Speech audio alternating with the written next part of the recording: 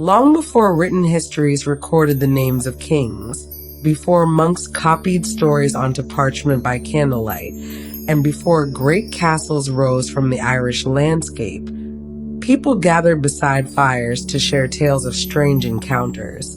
These were stories carried by memory rather than ink, passed from one generation to the next beneath dark skies and shifting clouds. Some stories spoke of heroes, others spoke of battles, yet a few told of something far more mysterious.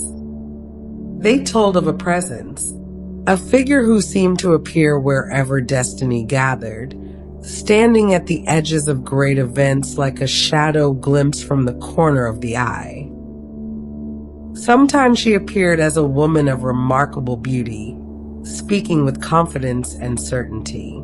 At other times she appeared as an old woman, watching quietly from a riverbank. In some stories she was seen as a raven perched upon a stone. In others she took forms that seemed impossible, shifting from one shape to another as naturally as clouds drifting across the sky. No one could ever seem to describe her completely. The stories disagreed about many things, yet they shared a curious pattern. Whenever kingdoms faced uncertainty, whenever armies marched toward battle, whenever fate seemed to hover just beyond the horizon, this mysterious figure was often nearby. Perhaps she was warning people, perhaps she was guiding them, or perhaps she was something far older than either warning or guidance. Imagine for a moment that you are traveling through ancient Ireland. The road beneath your feet is little more than a worn path through rolling hills and open countryside. The sun has not yet risen fully, and a pale mist lingers over fields and rivers. In the distance stands a solitary stone, weathered by countless seasons of wind and rain. Upon that stone sits a raven. The bird is perfectly still. As you continue walking, another raven appears overhead, then another. Their dark shapes pass silently against a sky painted in shades of gray and silver. The landscape itself seems to be waiting for something, as though the morning has paused between one breath of history and the next. The people of ancient Ireland paid attention to such moments. They lived in a world where rivers possessed stories, hills carried memories, and certain places seemed to exist halfway between the ordinary world and the realm of legend. Every valley had its tale. Every standing stone had a history. Every winding road carried travelers not only through the landscape, but through centuries of remembered stories. And among those stories, few figures inspired more fascination than the one we will explore tonight. Before we continue our journey into the myths and legends of ancient Ireland, please take a moment to like this video and subscribe to the Sleepy Legends channel. Your support helps us continue creating long-form explorations of history, mythology, folklore, and the stories that have traveled across generations. Tonight, we follow the trail of ravens into one of the most mysterious legends ever preserved from the ancient Celtic world. Our journey will lead us across battlefields wrapped in mist, through tales of prophecy and transformation, beside sacred rivers, and into stories that have survived for more than 1,000 years. Along the way, we will encounter heroes, kings, poets, and gods, but our attention will continually return to a single enigmatic figure whose presence seems impossible to ignore. The Morrigan. Even today, her name carries a certain power. For some, she is remembered as a goddess of war. For others, she is associated with prophecy, fate, or transformation.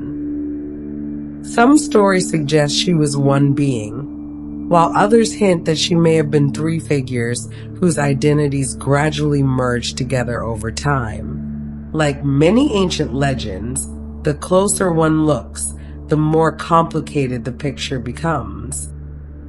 That uncertainty is part of what makes her story so fascinating. Many mythological characters can be explained with a simple description.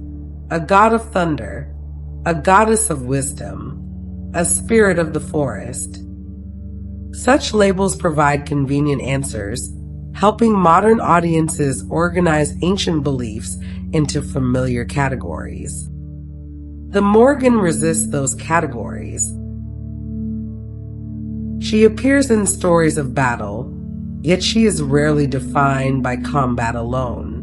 She predicts events before they happen, yet she is not merely a prophet. She changes forms, yet transformation is only one aspect of her character. She influences kings and heroes, yet often remains at the edge of the narrative rather than standing directly at its center. Again and again, she appears where important moments unfold. And just as often, she vanishes before anyone fully understands her purpose. This quality has allowed her legend to survive through centuries of change. As kingdoms rose and fell, as languages evolved, and as storytellers adapted old traditions for new audiences, the Morrigan continued to emerge from the shadows of folklore. Each generation inherited fragments of her story and attempted to understand them in its own way. Some viewed her with awe, others viewed her with caution, many viewed her with both. As we travel through these stories tonight, we will discover that ancient Irish mythology often embraces mystery rather than certainty. Questions are not always answered directly. Symbols carry multiple meanings. A raven may be a bird, an omen, a messenger, or something far more significant depending upon the story being told. The ancient storytellers seemed comfortable with ambiguity. Perhaps they understood something that modern audiences occasionally forget. Not every mystery needs to be solved. Sometimes a mystery becomes more compelling when it remains partly hidden. Imagine once more that lonely road through the Irish countryside. The mist remains draped across the hills, and the morning light slowly spreads across fields that have witnessed thousands of years of human history. Travelers come and go. Generations pass. Entire kingdoms vanish into memory. Yet certain stories remain. The raven still waits upon the stone. The wind still moves through the grass. And somewhere within the oldest legends of Ireland, a mysterious figure continues to walk between prophecy and fate, between history and myth, between the world that can be seen and the world that can only be imagined. Tonight, we will follow her trail. And our journey begins with a question that ancient storytellers themselves never fully answered. Who exactly was the Morrigan? Imagine a cold evening in ancient Ireland.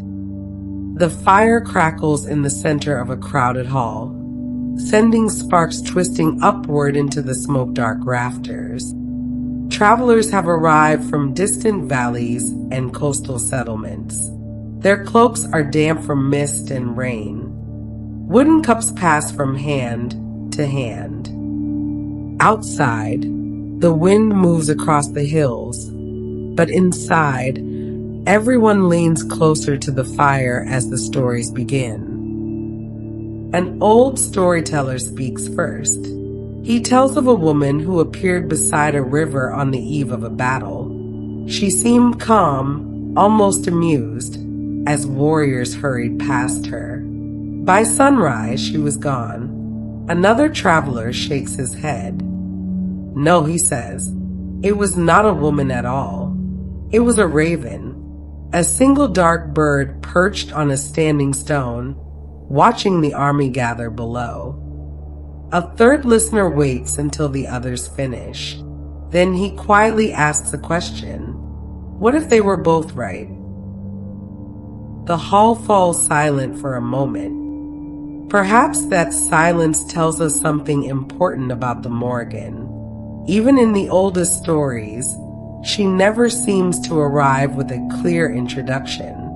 No one steps forward to explain exactly who she is. Instead, she appears in fragments. A glimpse beside a river, a shadow crossing the sky, a voice speaking words that only make sense much later.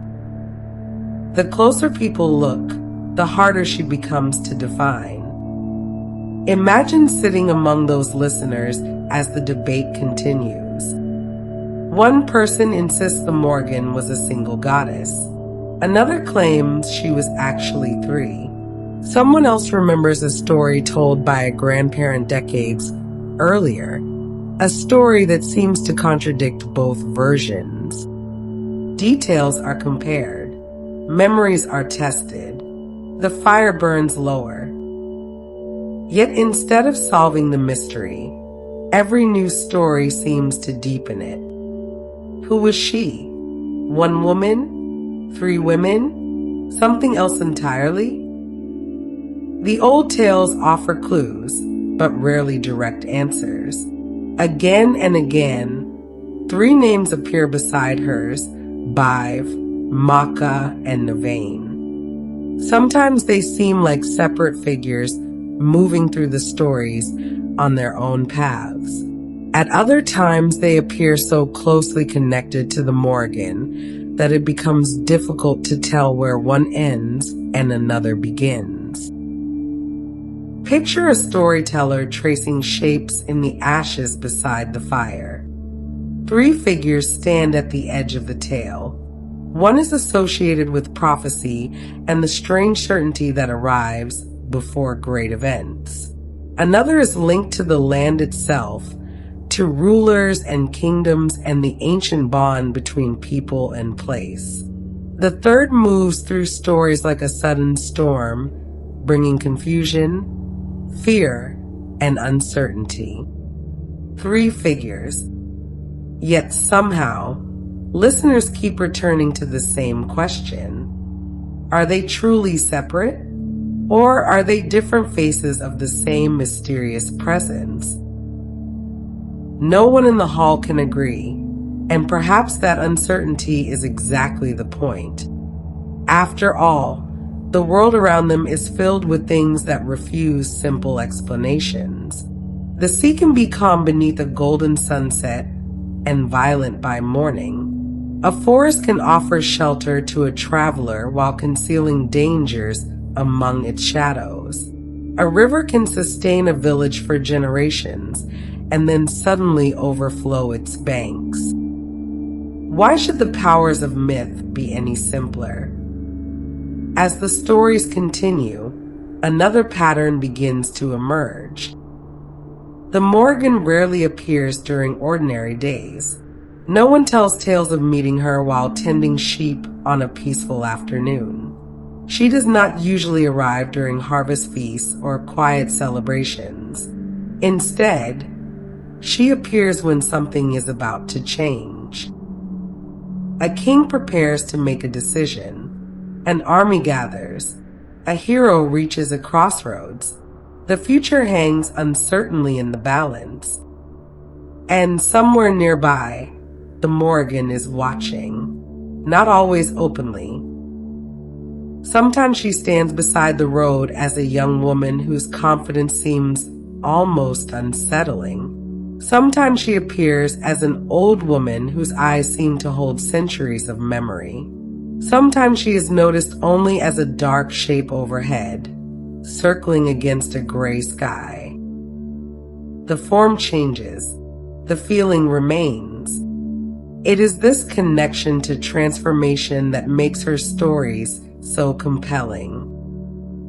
Imagine walking across a mist-covered field at dawn. Ahead, a raven sits motionless on a stone. It watches as you approach.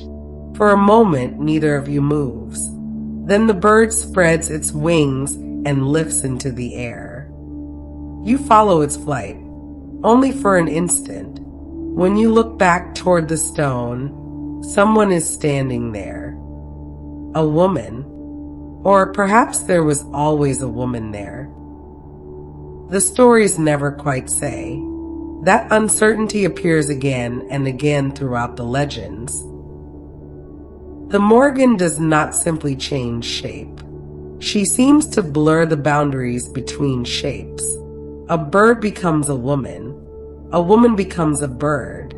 The transition is often so seamless that listeners are left wondering whether any transformation occurred at all. Was it magic? A trick of perception? A reminder that appearances cannot always be trusted? The storytellers leave the question hanging. Ancient audiences may have found this less surprising than we do today. Their world was filled with constant transformation. Winter gave way to spring. Day faded into night. Tiny seeds disappeared beneath the soil and returned months later as towering plants. Children grew into adults. Villages changed. Kingdoms rose and fell. Everywhere they looked, the world was becoming something else. Perhaps that is why stories of shape-shifting felt natural. The Morrigan seemed to move through the same currents of change that shaped the landscape itself. And then there are the ravens. No creature appears beside her more often. Imagine standing on a hillside overlooking an ancient battlefield. The clash of weapons has not yet begun. Warriors gather below, adjusting shields and checking spearheads. The air feels strangely still. Above them, ravens circle. 1, then 3, then many more. The birds drift across the sky as though they know something the people below do not. It is easy to understand why ancient storytellers noticed them. Ravens are intelligent creatures. They observe, they wait, they seem almost deliberate in their movements. A lone raven perched on a stone can appear less like a bird and more like a witness. In story after story, that witness becomes associated with the Morrigan. Sometimes she appears as a raven. Sometimes the raven arrives before she does. Sometimes the distinction disappears entirely. The listeners around the fire exchange knowing glances whenever the bird enters a tale. They already understand what it means. Something important is about to happen. That may be the closest thing the legends offer to a definition of the Morrigan. Not a goddess of one thing, not a ruler of a single domain. Instead, she seems to belong to moments of transition themselves. The instant before dawn breaks, the silence before a battle begins, the breath held between one chapter of history and the next. As the fire burns lower, the storytellers continue their debate. Some remain convinced she was one goddess. Others insist she was 3. A few quietly suggest that neither answer captures the truth. Outside, the wind moves across the dark hills. Inside, no final conclusion is reached. Yet everyone agrees on one detail. Whenever the future waits just beyond sight, whenever destiny gathers its strength, and whenever the world stands on the edge of change, the Morrigan is never far away. And according to the oldest legends, one of those moments was approaching. Across Ireland, forces were beginning to move. Heroes would soon be tested. Kingdoms would soon face decisions that could not be undone. And somewhere in the gathering shadows, the Morrigan was already watching. The night before a great event often feels different from every other night. Nothing visible may have changed. The rivers continue their steady course. The wind moves through the grass as it always has. Stars appear above the hills in familiar patterns. Yet beneath the ordinary rhythms of the world, there is sometimes a feeling that something is waiting just beyond the horizon. Ancient people understood this feeling well. Long before weather forecasts, newspapers, or instant communication, communities relied upon observation. They watched the skies. They listened to travelers. They paid attention to unusual events. A distant messenger arriving after sunset could bring news that altered the future of an entire kingdom. The world often seemed balanced between certainty and surprise.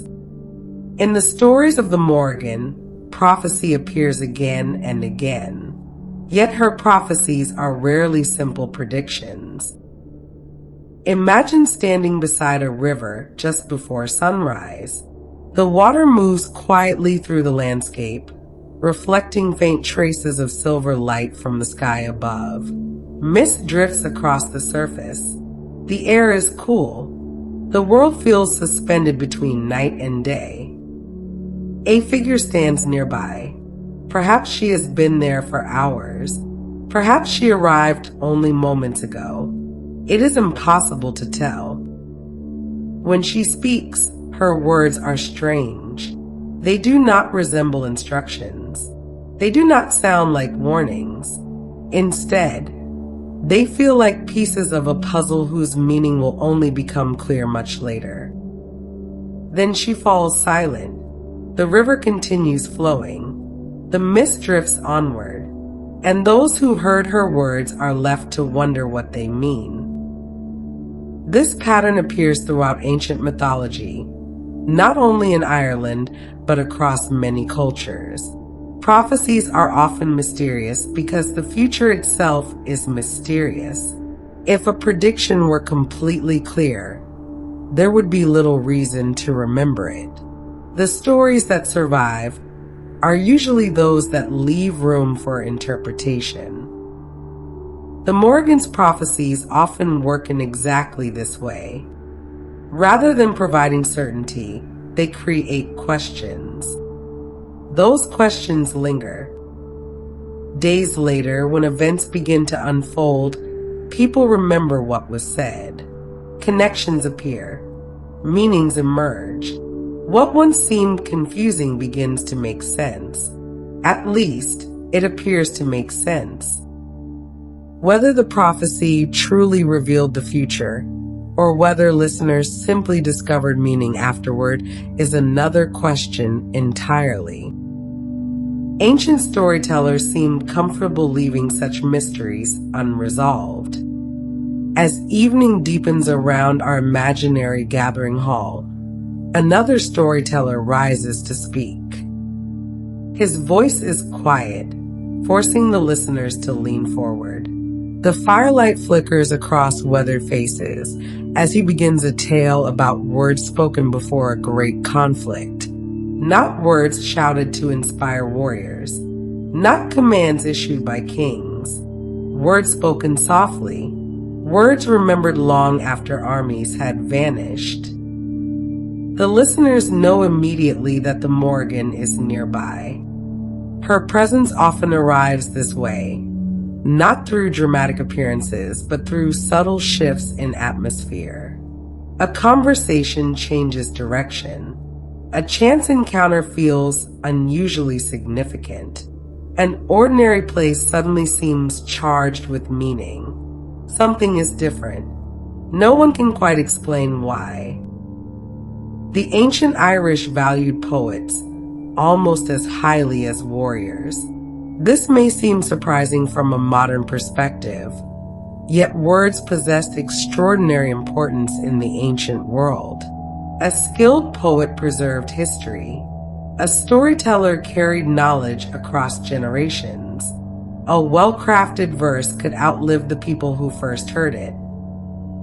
Words mattered. Memory mattered. The Morrigan's connection to prophecy naturally placed her close to this tradition. Her predictions often arrived through speech, poetry, and symbolic language. Rather than revealing the future through visions alone, she frequently expressed it through carefully chosen words. Those words echoed through the stories long after they were first spoken. Imagine hearing a prophecy whose meaning remains hidden. At first, it sounds like a riddle. Days pass, weeks pass, then events begin to unfold. Suddenly, a phrase that once seemed meaningless acquires significance. A symbol becomes understandable. A prediction that appeared impossible starts to look strangely accurate. This process fascinates human beings. It fascinated ancient audiences just as much as modern ones. Even today, people search for patterns. We look backward through our lives and notice moments that seem connected. We identify turning points that only became obvious after they had passed. We recognize decisions whose importance was invisible at the time. The future rarely announces itself clearly. It usually arrives disguised as an ordinary day. Perhaps this is why stories of prophecy remain so enduring. They reflect a universal experience. Everyone has wondered what lies ahead. Everyone has imagined how life might unfold. Everyone has wished, at least once, for a glimpse beyond the horizon. The Morrigan embodies that longing, not because she removes uncertainty, because she stands within it. As the old tales describe her, she occupies the threshold between what is known and what remains hidden. She sees possibilities that others overlook. She notices currents moving beneath the surface of events. While heroes focus on immediate challenges, she seems aware of larger patterns stretching far into the future. This perspective gives her an almost timeless quality. She does not appear rushed. She does not seem surprised. She watches. She waits. She speaks when necessary. Then she fades once more into the background of the story.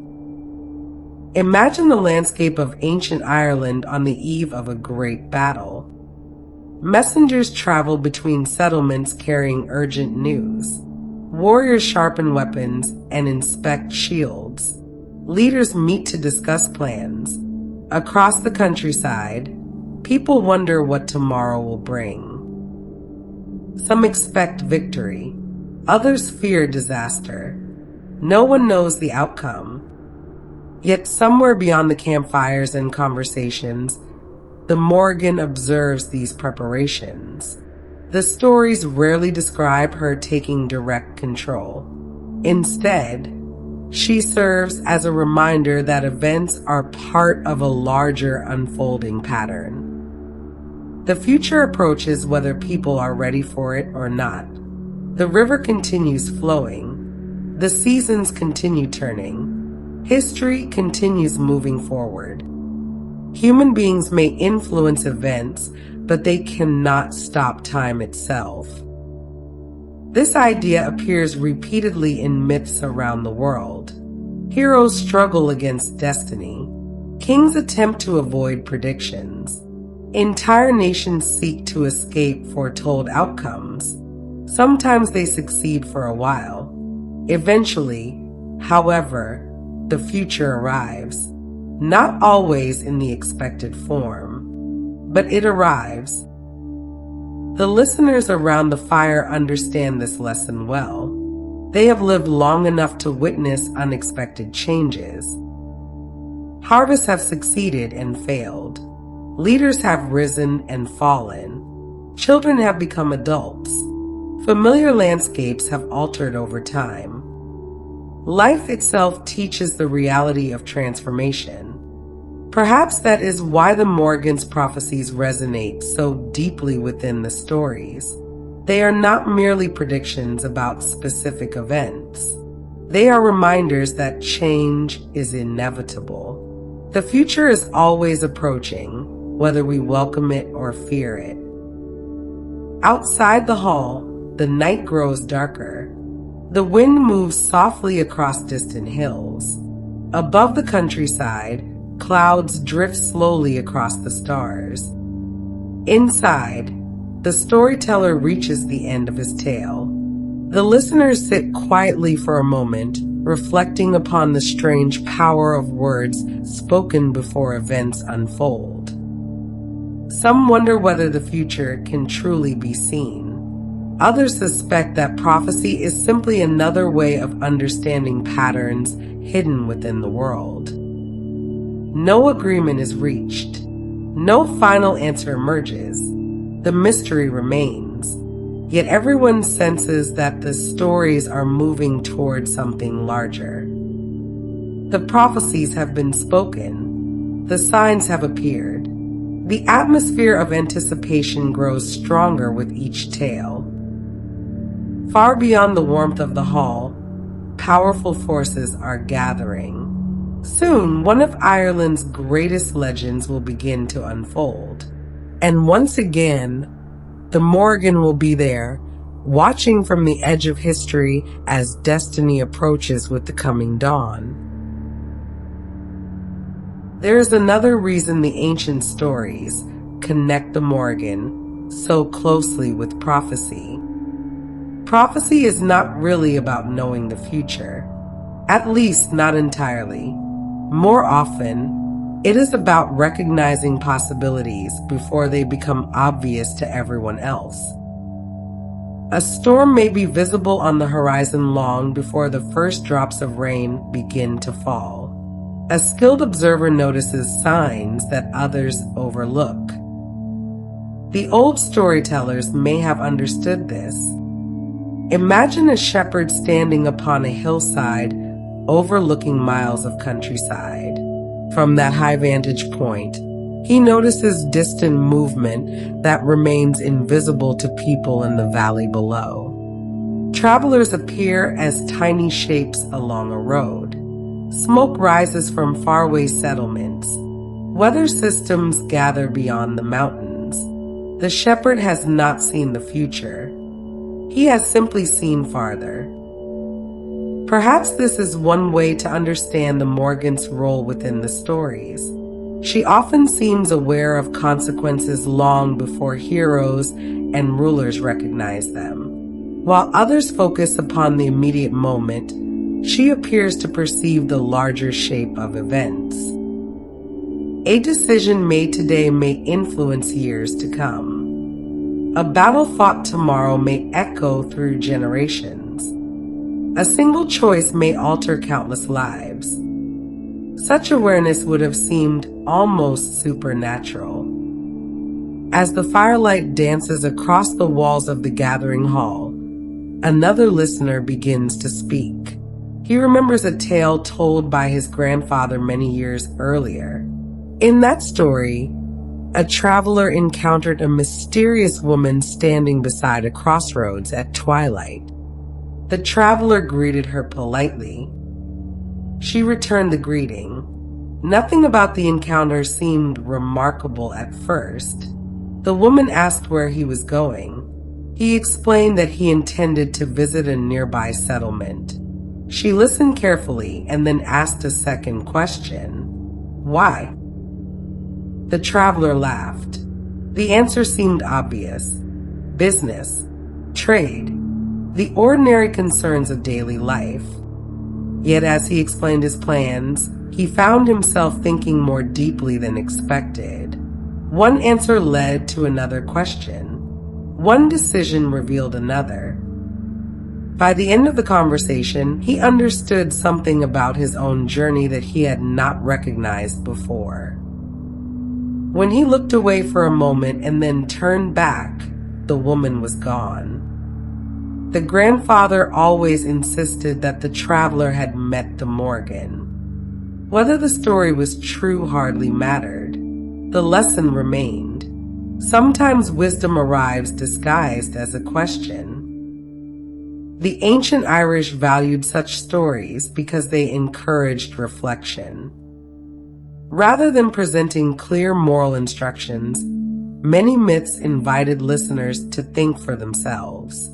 A tale might begin with a mystery and end with another mystery, leaving the audience to consider its meaning long after the storyteller had fallen silent.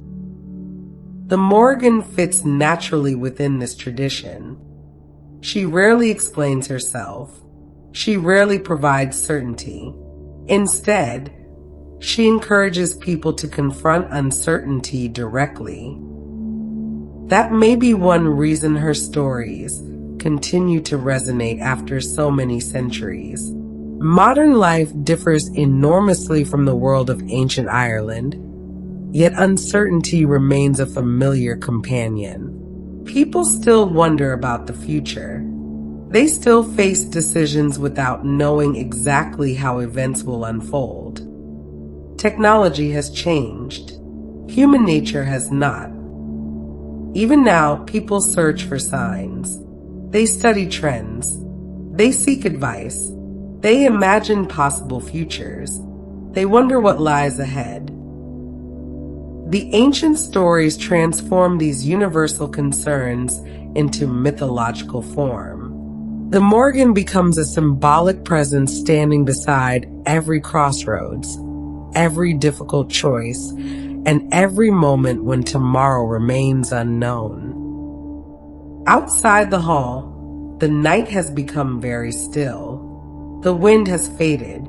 The countryside seems wrapped in silence. Such silence often appears in myths just before something important happens. It creates the feeling that the world itself is waiting. The listeners sense it. The storyteller senses it. Even the crackling fire seems quieter than before. Then someone mentions a battle. Not a specific battle, a future battle. The word alone changes the mood. Throughout history, battles have represented moments of profound uncertainty. Before they begin, no one knows exactly what the outcome will be. Plans may fail. Expectations may prove mistaken. The future hangs suspended between countless possibilities. This is precisely the kind of moment where the Morrigan's presence becomes strongest. According to the stories, she is drawn toward thresholds. She appears where one reality is ending and another is beginning. A battlefield before dawn is one of the greatest thresholds imaginable. By sunset, lives will be changed forever. The people gathered around the fire understand this instinctively. Some have seen conflict themselves. Others have only heard stories. Yet all recognize the tension that exists before a major event. The waiting can feel longer than the event itself. Hours pass slowly. Every sound seems significant. Every conversation carries unusual weight.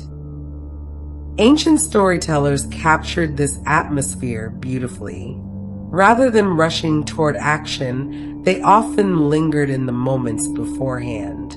They described preparations, conversations, signs, and omens. They understood that anticipation possesses a power all its own. The Morrigan belongs to that anticipation. She belongs to the moments before dawn, before battle, before destiny reveals its hand. Imagine once more the mist-covered landscape of ancient Ireland. Rivers wind through valleys. Hills rise against the horizon. Small settlements rest beneath the stars. Somewhere in that vast landscape, people sleep peacefully, unaware that history is quietly moving toward them. Elsewhere, others remain awake. Messengers travel dark roads. Leaders weigh difficult decisions. Warriors inspect equipment by firelight. The future approaches. No one can stop it. No one can fully predict it. Yet according to the old stories, one figure already walks among the shadows, observing events as they gather momentum. The Morrigan watches, not with fear, not with excitement, with patience. She has seen countless seasons pass. She has witnessed generations rise and fall. The struggles of a single year are merely part of a much larger story. Perhaps that perspective explains her calm presence within the legends. Human beings often experience uncertainty as anxiety because they can see only a small portion of the road ahead. The Morrigan seems to stand farther along that road. She understands that every ending becomes a beginning, and every beginning eventually becomes a memory. The fire in the hall has burned low now. Only glowing embers remain. One by one, the storytellers finish their tales. Conversations grow quieter. Listeners pull cloaks more tightly around their shoulders as they reflect upon everything they have heard. Prophecies, questions, mysteries, possibilities. No one leaves with complete answers, yet perhaps answers were never the purpose. The stories have accomplished something else. They have prepared the listeners to recognize the significance of what comes next. The future is approaching. Great events are already beginning to take shape beyond the horizon. The signs have appeared. The warnings have been spoken. The atmosphere of anticipation hangs over the land like morning mist waiting for the first light of dawn. And soon, according to the oldest legends of Ireland, the waiting will end. The great conflict that generations would remember is drawing near. The armies are gathering. The fate of kingdoms hangs in the balance. And the Morrigan is already moving toward the place where history and legend are about to meet. Long before the famous story of Cú Chulainn began, people spoke of a conflict so great that its memory lingered across centuries. The tale survives in fragments and retellings, shaped by countless storytellers who gathered beside fires much like the one in our imaginary hall. Some details changed with time. Others remained remarkably consistent. Yet nearly every version agreed on one thing. This was no ordinary battle. Imagine Ireland in an age when the boundary between history and myth felt much thinner than it does today. Forests stretched across the landscape. Rivers wound through valleys untouched by modern roads. Great halls stood upon hills, their fires visible from miles away on clear nights. In those days, the world seemed alive with unseen forces. People spoke of supernatural beings who shared the land with humankind. They were known as the Tuatha De Danann, a mysterious people whose stories filled the oldest legends of Ireland. They were associated with wisdom, skill, poetry, healing, and powers that seemed to blur the line between magic and reality. For a time, they flourished. Yet every story requires a challenge, and theirs arrived in the form of powerful rivals known as the Fomorians. The old tales describe the Fomorians in many different ways. Some storytellers portrayed them as giants. Others imagined them as supernatural beings connected to wild and untamed forces. Their appearance changes from story to story, but their role remains much the same. They represented opposition. They represented chaos. They represented the obstacles standing in the way of peace and prosperity. As tensions grew between these two powerful groups, everyone understood that a confrontation was becoming inevitable. The question was no longer whether conflict would come. The question was when. Imagine travelers moving between settlements, carrying rumors from distant regions. News spread slowly in the ancient world, traveling only as fast as a horse or a pair of walking feet. Yet even slow-moving news eventually reaches every valley. People begin hearing the same reports. Armies are gathering. Leaders are meeting. Preparations are underway. No battle has begun, yet already the atmosphere feels different. The old storytellers often linger over these moments. They understood something that modern audiences sometimes overlook. The days before a great event often leave the deepest impression. Anticipation can feel more powerful than action. Waiting can feel longer than the event itself. Across Ireland, people waited. The fields remained green. The rivers continued flowing. The seasons moved forward as they always had. Yet beneath those familiar rhythms, something larger was beginning to take shape. According to the legends, this was the moment when the Morrigan became impossible to ignore. Unlike many figures in mythology, she did not arrive at the head of an army. She did not march across the landscape issuing commands. Instead, she appeared in quieter ways, moving through the edges of the story like a shadow cast by approaching events.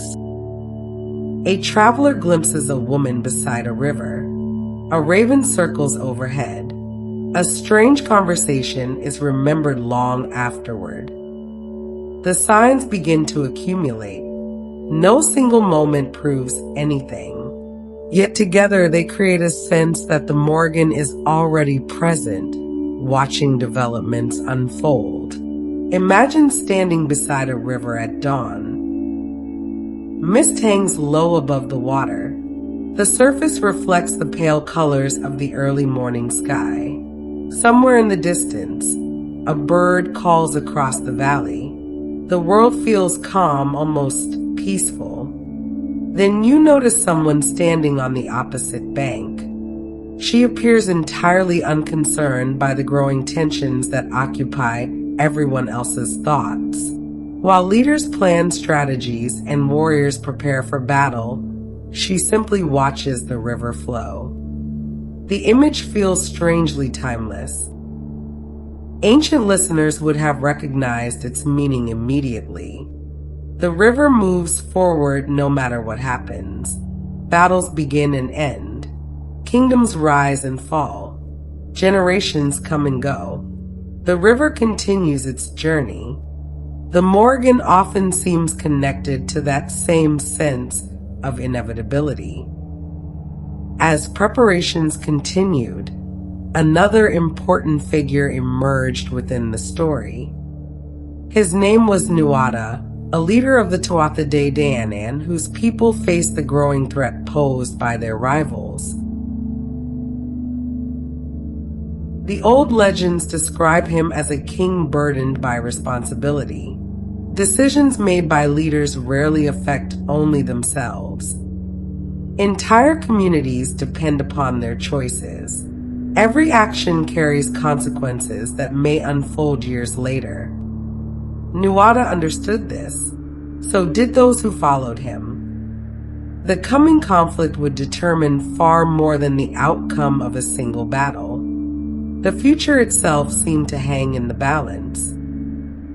Meanwhile, among the Fomorians, another powerful figure commanded attention. His name was Balor, and his reputation spread far beyond the lands under his influence. Stories described him as formidable, dangerous, and deeply feared. The mention of his name alone could change the mood within a room. Ancient storytellers loved such contrasts. On one side stood those seeking to preserve their world. On the other stood forces threatening to reshape it. Between them stretched a growing tension that could not last forever. Something would eventually break. As days passed, signs and omens became subjects of endless discussion. People watched birds. They remembered dreams. They paid attention to unusual encounters. Whether these signs possessed real meaning mattered less than the fact that people believed they might. In uncertain times, even small details seem important. A chance meeting becomes memorable. A strange coincidence acquires significance. The atmosphere of anticipation grows stronger. The Morrigan appears repeatedly within that atmosphere, not at the center of events, at the edge, watching, waiting, listening. This may be one reason her presence feels so compelling within the legends. Most characters are defined by what they do. The Morrigan is often defined by what she knows.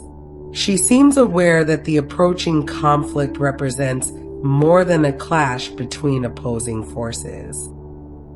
It is a turning point, a threshold, one of those rare moments when history changes direction. Imagine the night before the armies finally move. Campfires flicker across the landscape like scattered stars. Voices drift through the darkness. Warriors tell stories to pass the time. Others sit quietly with their thoughts. Sleep comes easily to some and not at all to others.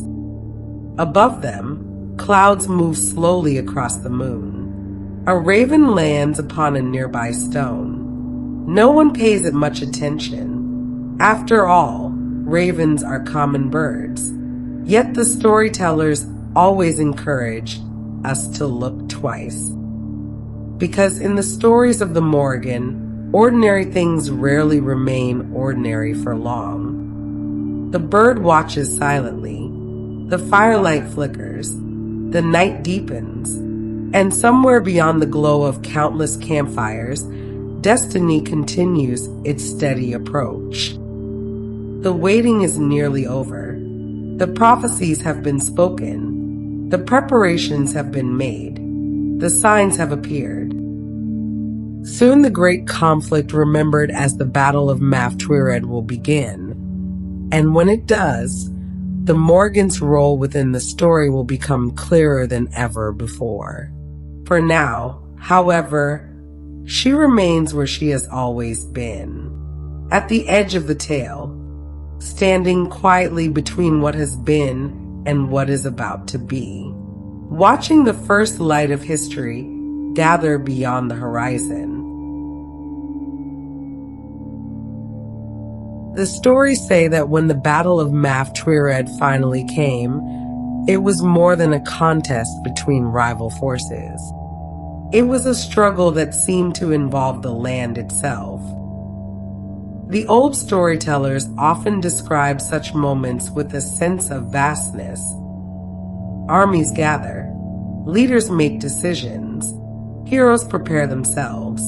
Yet beneath those visible events, other forces are moving as well.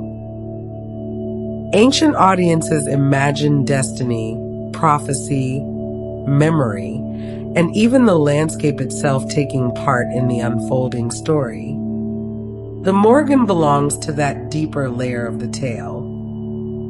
Imagine the morning of the battle. Mist still lingers over the fields.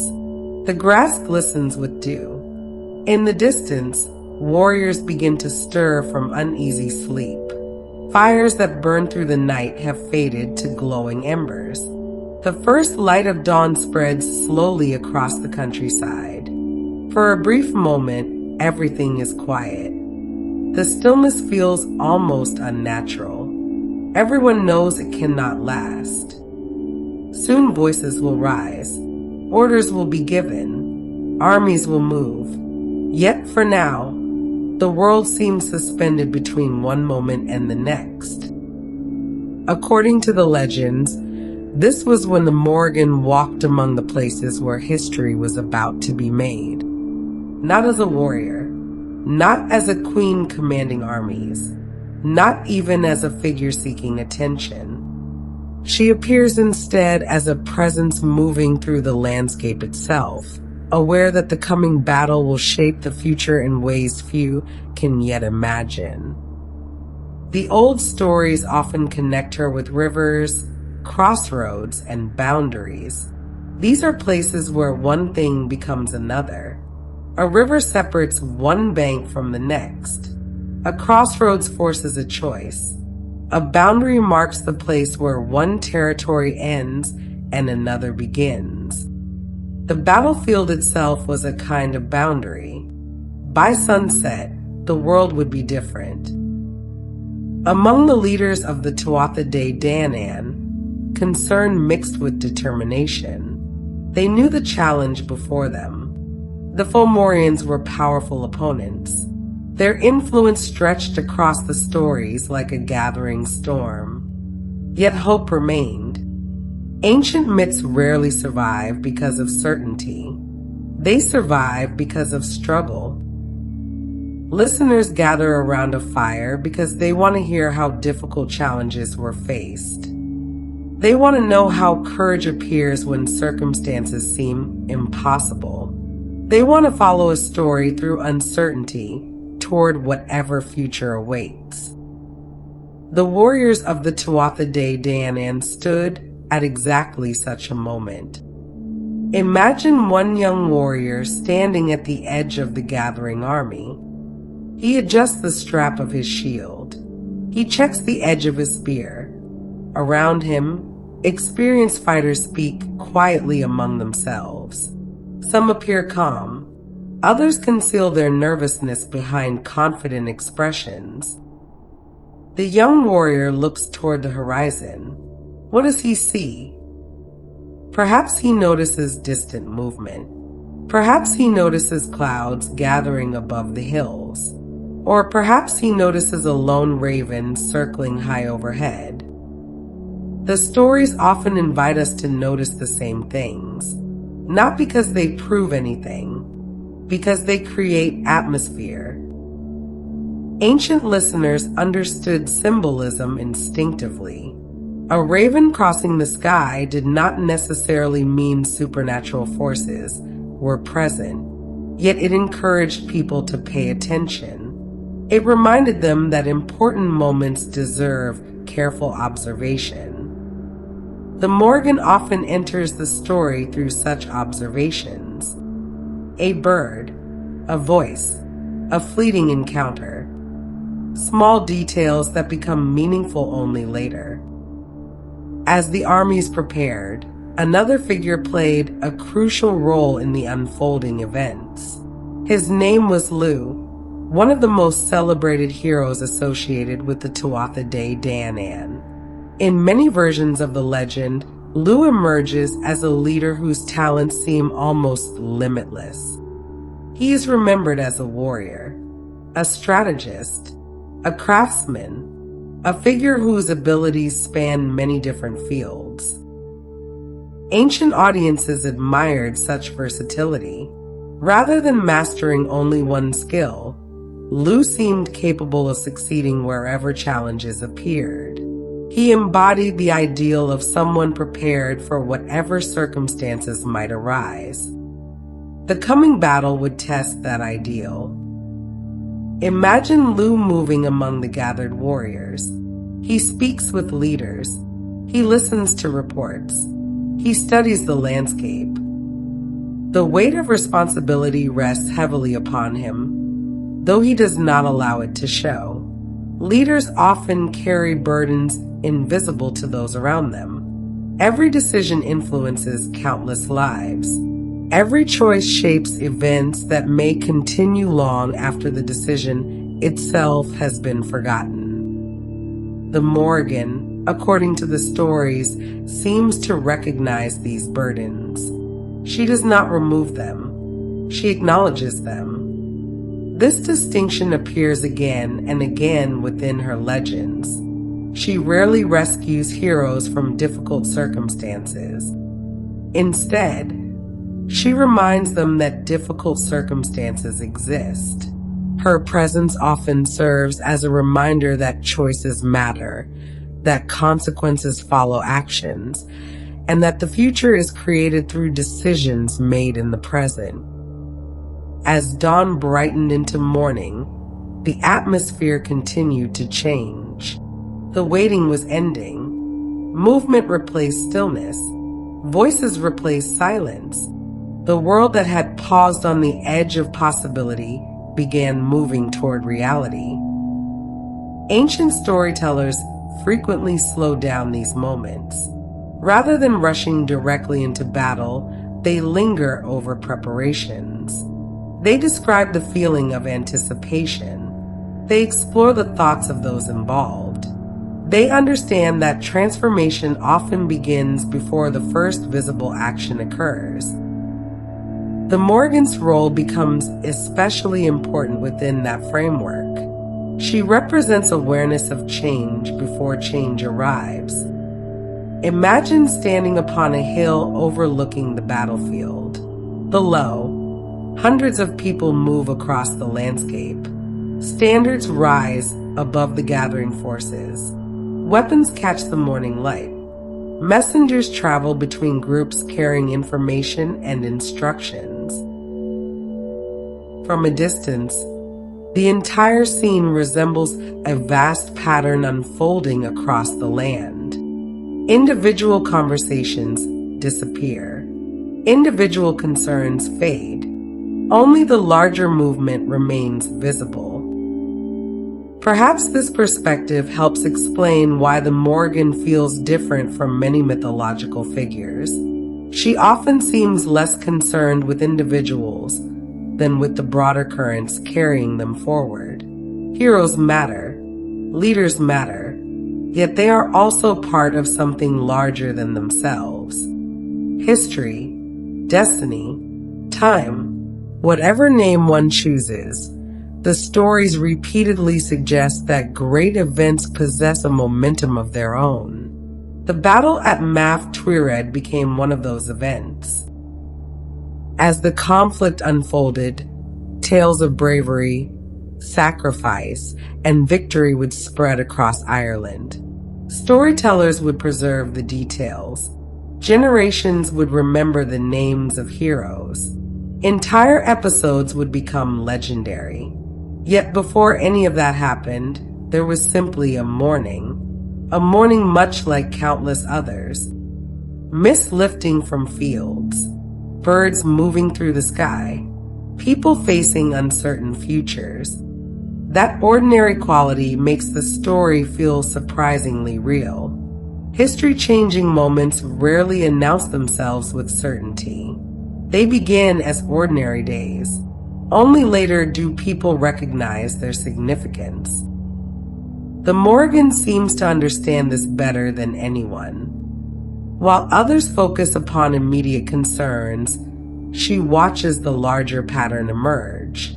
A choice leads to another choice. An action produces consequences. One event connects to the next. Gradually, the shape of the future becomes visible. The old storytellers loved this idea because it mirrored life itself. Most people do not recognize turning points while they are living through them. Only afterward do they look back and realize that everything changed during a particular season, a particular year, or a particular day.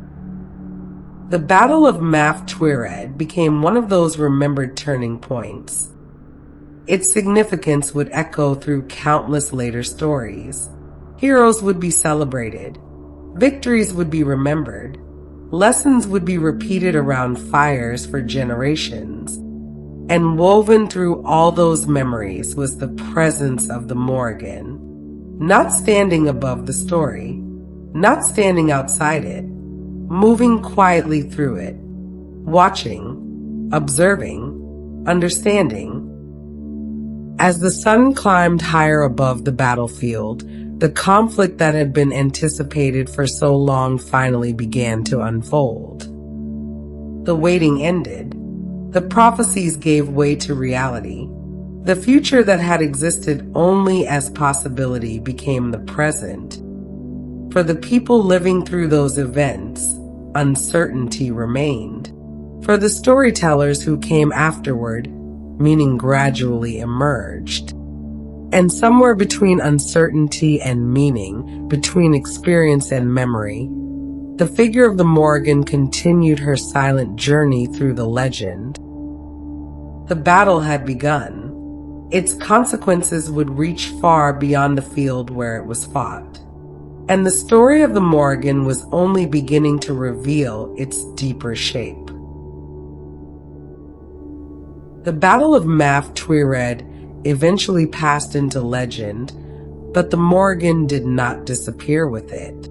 If anything, her presence seemed to grow stronger in the stories that followed. The old storytellers often describe myths as though they were rivers. One tale flows into another. A hero from one generation becomes an ancestor in the next.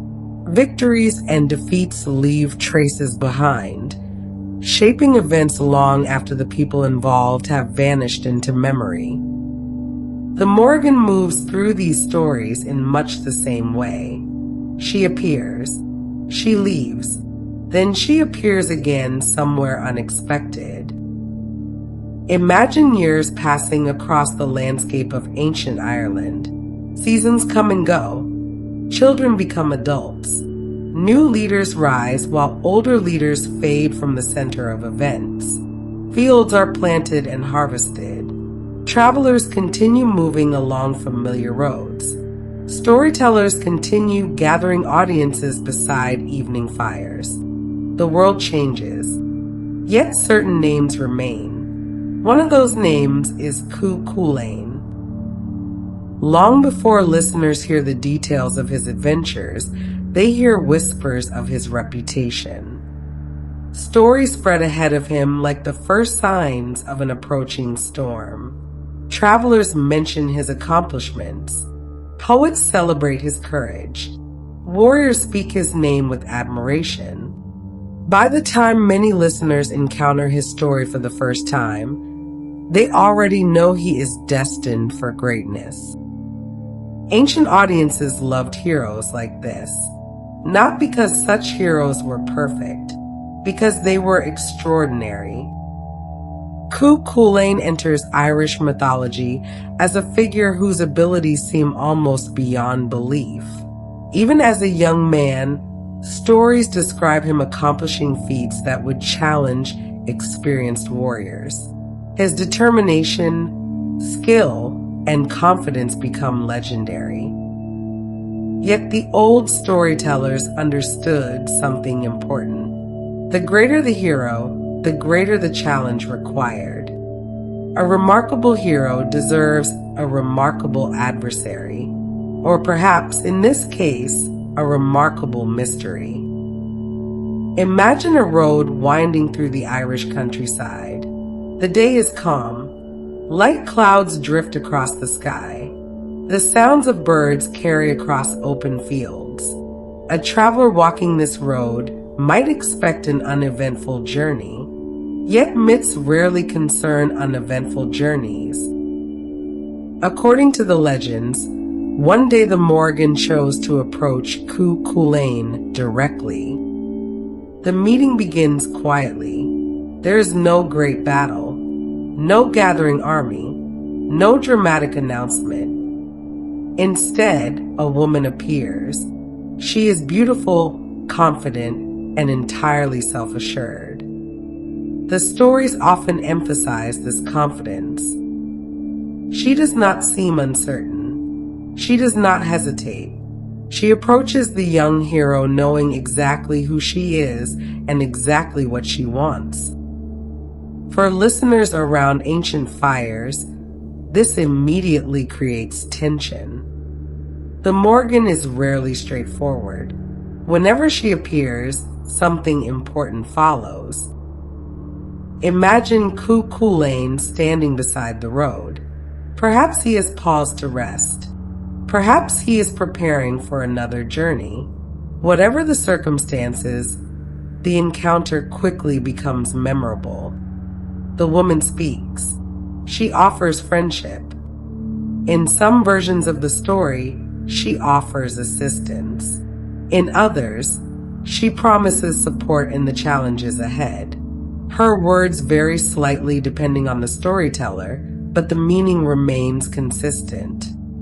She wishes to help him. At first glance, the offer seems surprisingly generous. After all, who would refuse assistance from a powerful supernatural figure?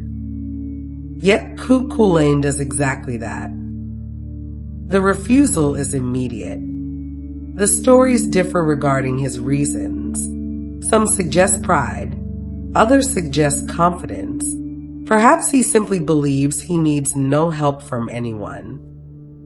Whatever the explanation, he rejects the offer. The atmosphere changes. Ancient audiences would have understood the significance immediately. Heroes rarely reject supernatural assistance without consequences. The Morrigan's response is not loud or dramatic. Instead, she becomes colder. The conversation ends. The road remains quiet. The landscape appears unchanged. Yet listeners know something important has shifted. A relationship that might have become an alliance has become something far more complicated. The old storytellers linger over this moment because it feels deeply human. How many turning points begin with a single conversation? How many futures change because of a few words exchanged between two people? At the time, neither participant can fully understand where the path ahead will lead. Yet the consequences have already begun. As the story continues, the Morrigan's remarkable ability to change shape moves from mystery into action. The first transformation arrives unexpectedly.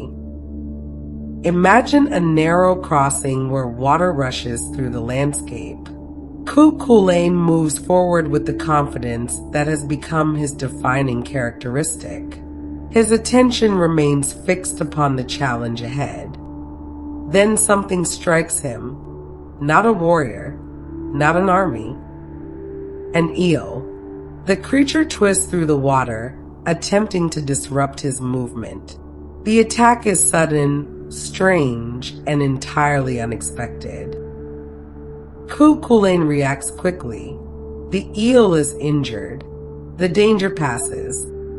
Yet listeners understand that the encounter is not random. The Morrigan has begun her response. The shape-shifting stories that follow possess a dreamlike quality. One form gives way to another. One challenge follows the next. The boundaries between the natural and supernatural worlds become increasingly blurred.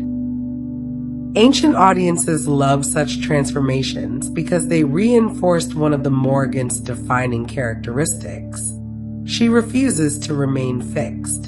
She changes. She adapts. She becomes whatever the moment requires. The next encounter comes in the form of a wolf. Imagine moving through open countryside beneath a gray sky. Wind moves through tall grass. Clouds drift overhead. For a moment, everything appears peaceful. Then a wolf emerges. The animal is powerful, fast, and determined. It drives cattle across the landscape, creating confusion and disruption. Once again, the challenge is indirect. The Morrigan is not seeking a straightforward confrontation.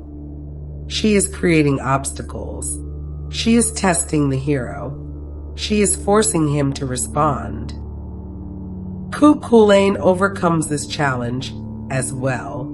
The wolf is injured. The landscape falls quiet once more. Yet the pattern continues. The Morrigan appears again, this time in the form of a heifer. The old stories describe the animal moving among cattle, creating another unexpected obstacle. Once more, Cú Chulainn confronts the challenge. Once more, he succeeds. To modern readers, these episodes can seem unusual. Why not simply fight directly? Why adopt different forms? The answer may lie within the deeper symbolism of the stories. The Morrigan is not merely opposing the hero. She is testing him through transformation itself. Every challenge arrives in a different shape. Every obstacle requires a different response. The hero cannot rely upon a single solution. He must adapt. Ancient audiences understood this lesson instinctively because life often works the same way. Difficulties rarely arrive in predictable forms. One challenge may test strength, another may test patience, a third may require wisdom rather than courage.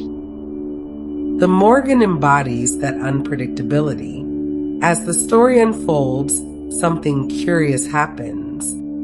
Despite their conflict, the connection between the Morrigan and Cú Chulainn grows stronger. Opponents they may be, yet they become linked through the story itself. One cannot fully understand the hero without understanding the mysterious figure who repeatedly crosses his path. The relationship becomes almost symbolic. The hero represents determination. The Morrigan represents uncertainty. The hero charges forward. The Morrigan reminds him that the future cannot be controlled. Together, they create one of the most memorable dynamics in Irish mythology. Imagine listeners gathered around a fire late at night. The flames burn low. Shadows move across the walls. Outside, rain taps softly against the roof. As the storyteller describes each transformation, listeners lean closer. They already know the outcome of the individual encounters. That is not why they listen. They listen because they sense a larger meaning hidden beneath the surface. This is not merely a story about a hero and a goddess. It is a story about certainty meeting uncertainty, about confidence encountering mystery, about a young warrior discovering that not every challenge arrives carrying a spear or a shield. Some challenges arrive disguised. Some arrive as questions. Some arrive as transformations. And according to the old legends, the greatest lessons often emerge from the challenges least expected. The road ahead would eventually lead Cú Chulainn toward his most famous adventures. His reputation would continue growing. His name would become one of the most celebrated in Irish mythology. Yet the Morrigan would remain part of that journey, watching, waiting, appearing when least expected. For their story was far from finished, and the most powerful chapter still lay ahead. By this point in the story, it would be easy to think that the Morrigan belonged only to battlefields. After all, many of the most famous tales place her near warriors, heroes, and moments of conflict. She appears before great struggles. She speaks prophecies. Ravens follow in her wake. Generations of storytellers remembered these dramatic moments, and it is easy to understand why. Battles create stories. Heroes create stories. Victories and defeats are remembered long after quieter events have been forgotten. Yet some of the oldest traditions surrounding the Morrigan suggest something surprising. Imagine a traveler crossing Ireland long before modern maps existed. The landscape unfolds slowly before him. Rivers wind through broad valleys. Mountains rise against the horizon. Forests cover distant hillsides. Small settlements appear beside streams and disappear again behind rolling terrain.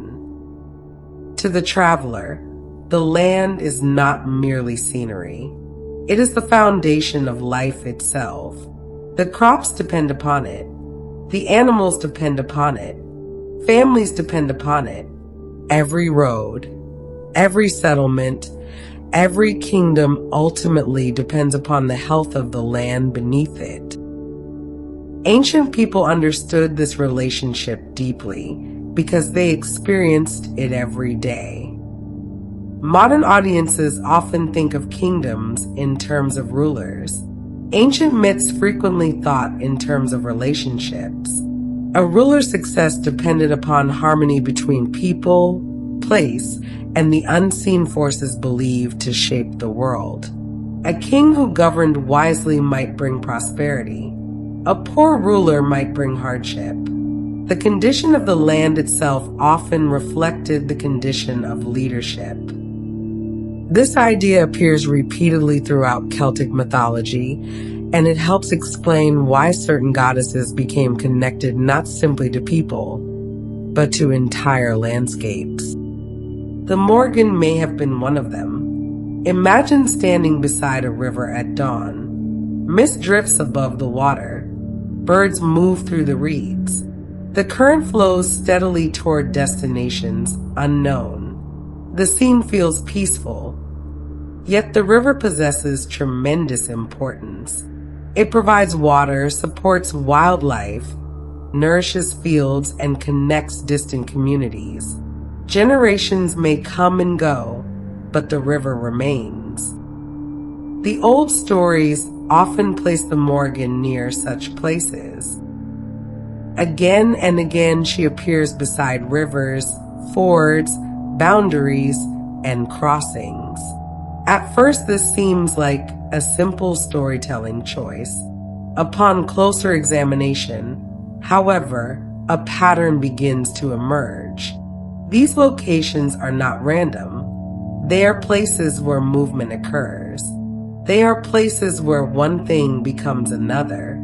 They are places of transition. A river separates two banks while also connecting them. A ford allows passage while also creating a boundary. A crossroads offers multiple futures.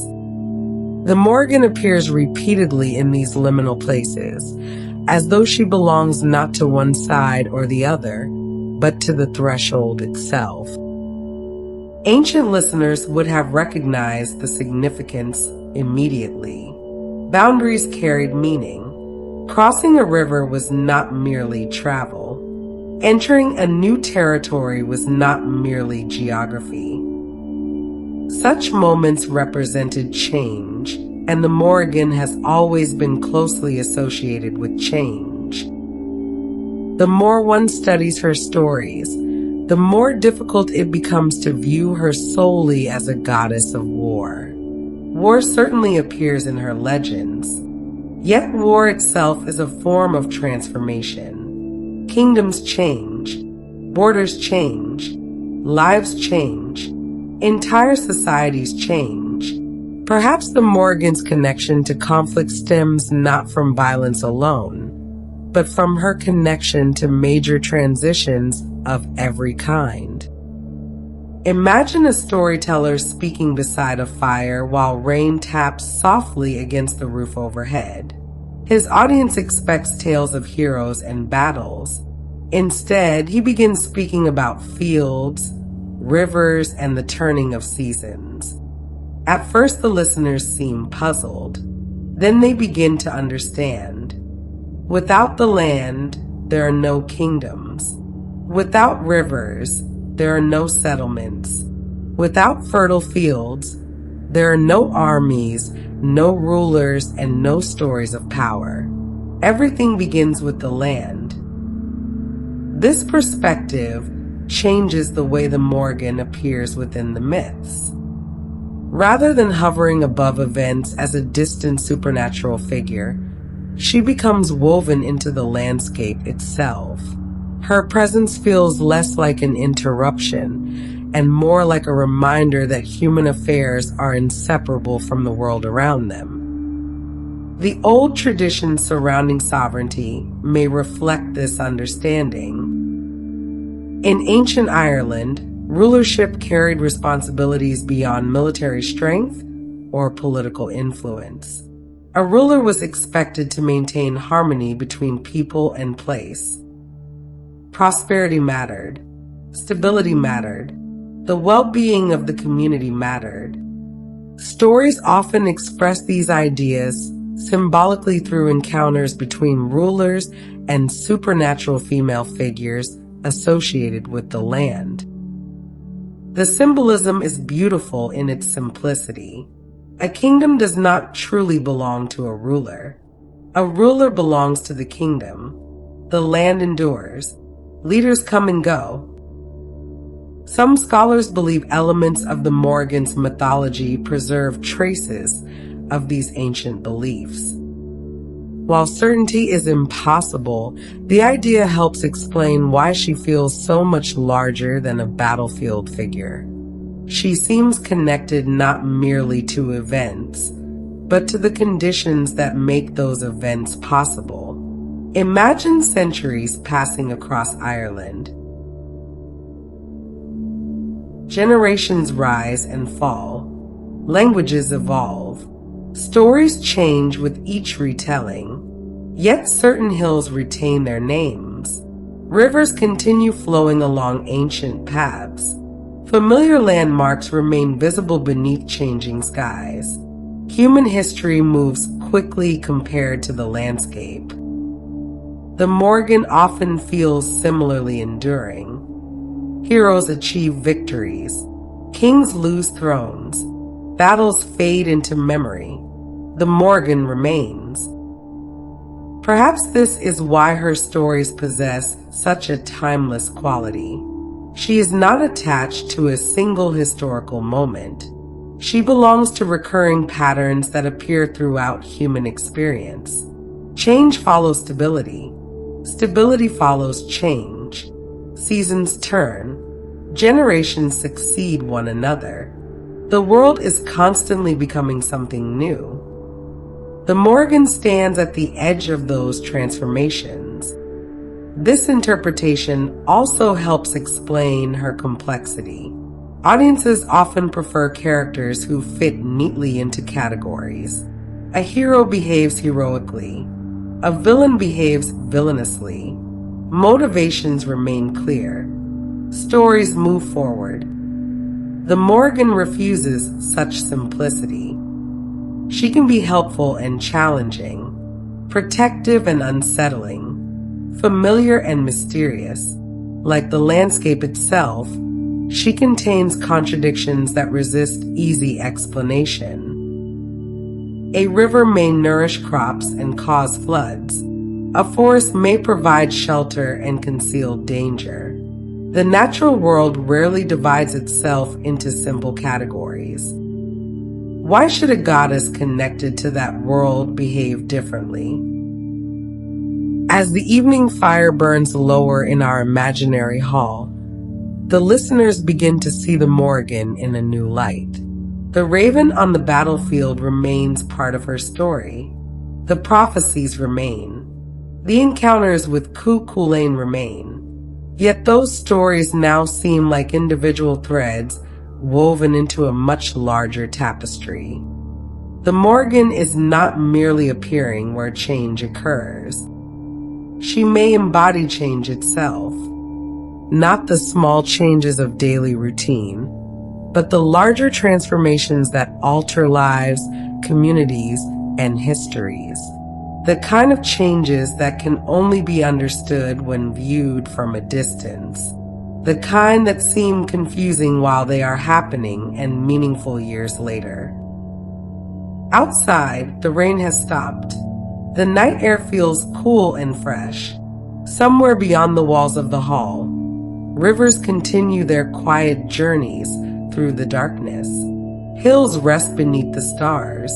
Ancient roads stretch across the landscape toward destinations unseen. The land remains.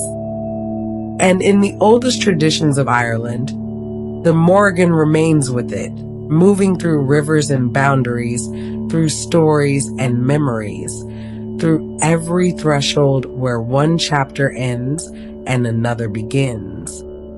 The warriors remembered her. The storytellers remembered her.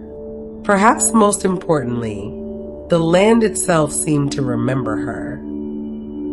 And in the next tale, we will find her once again beside a river, where one of the most mysterious encounters in all of Irish mythology is about to unfold.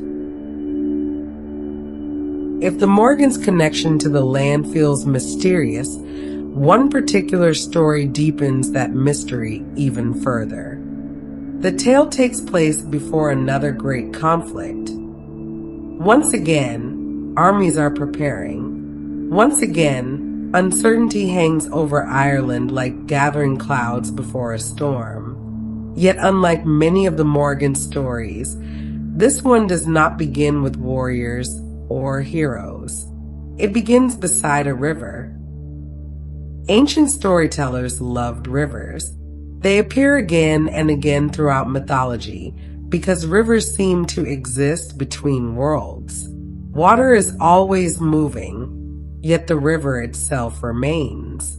A traveler may visit the same river many times throughout life, finding it familiar and different at the same time.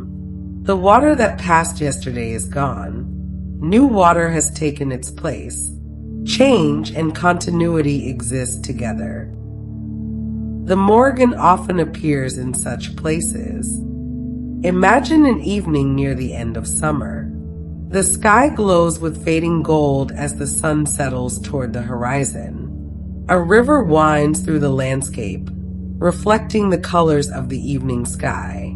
The air is calm. The sounds of birds drift across the water.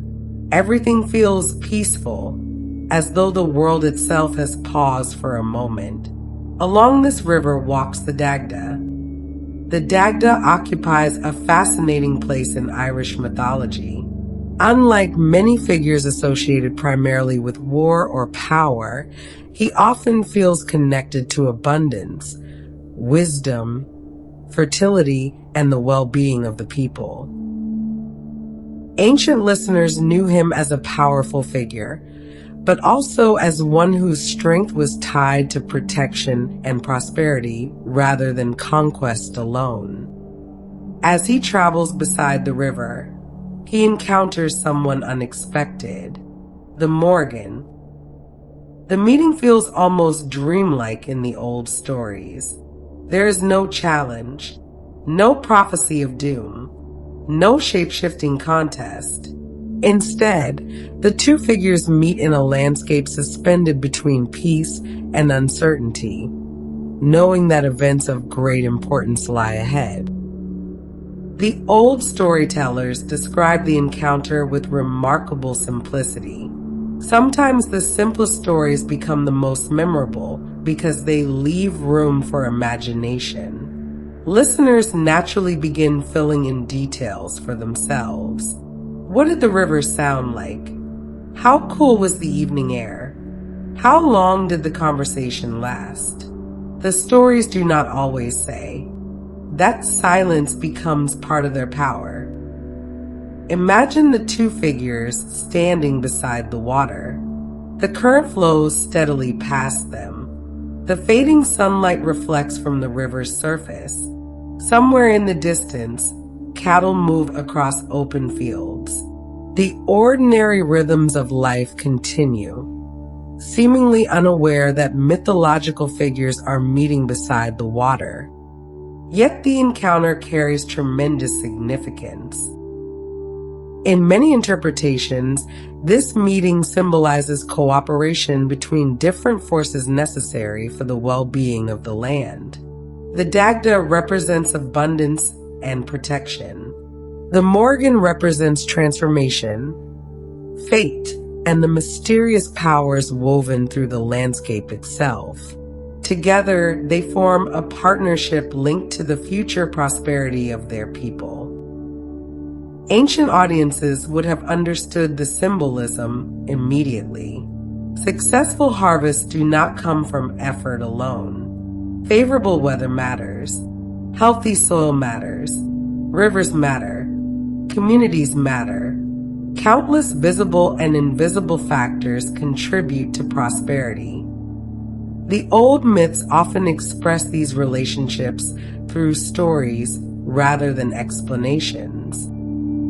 The Morrigan's meeting with the Dagda may be one such story.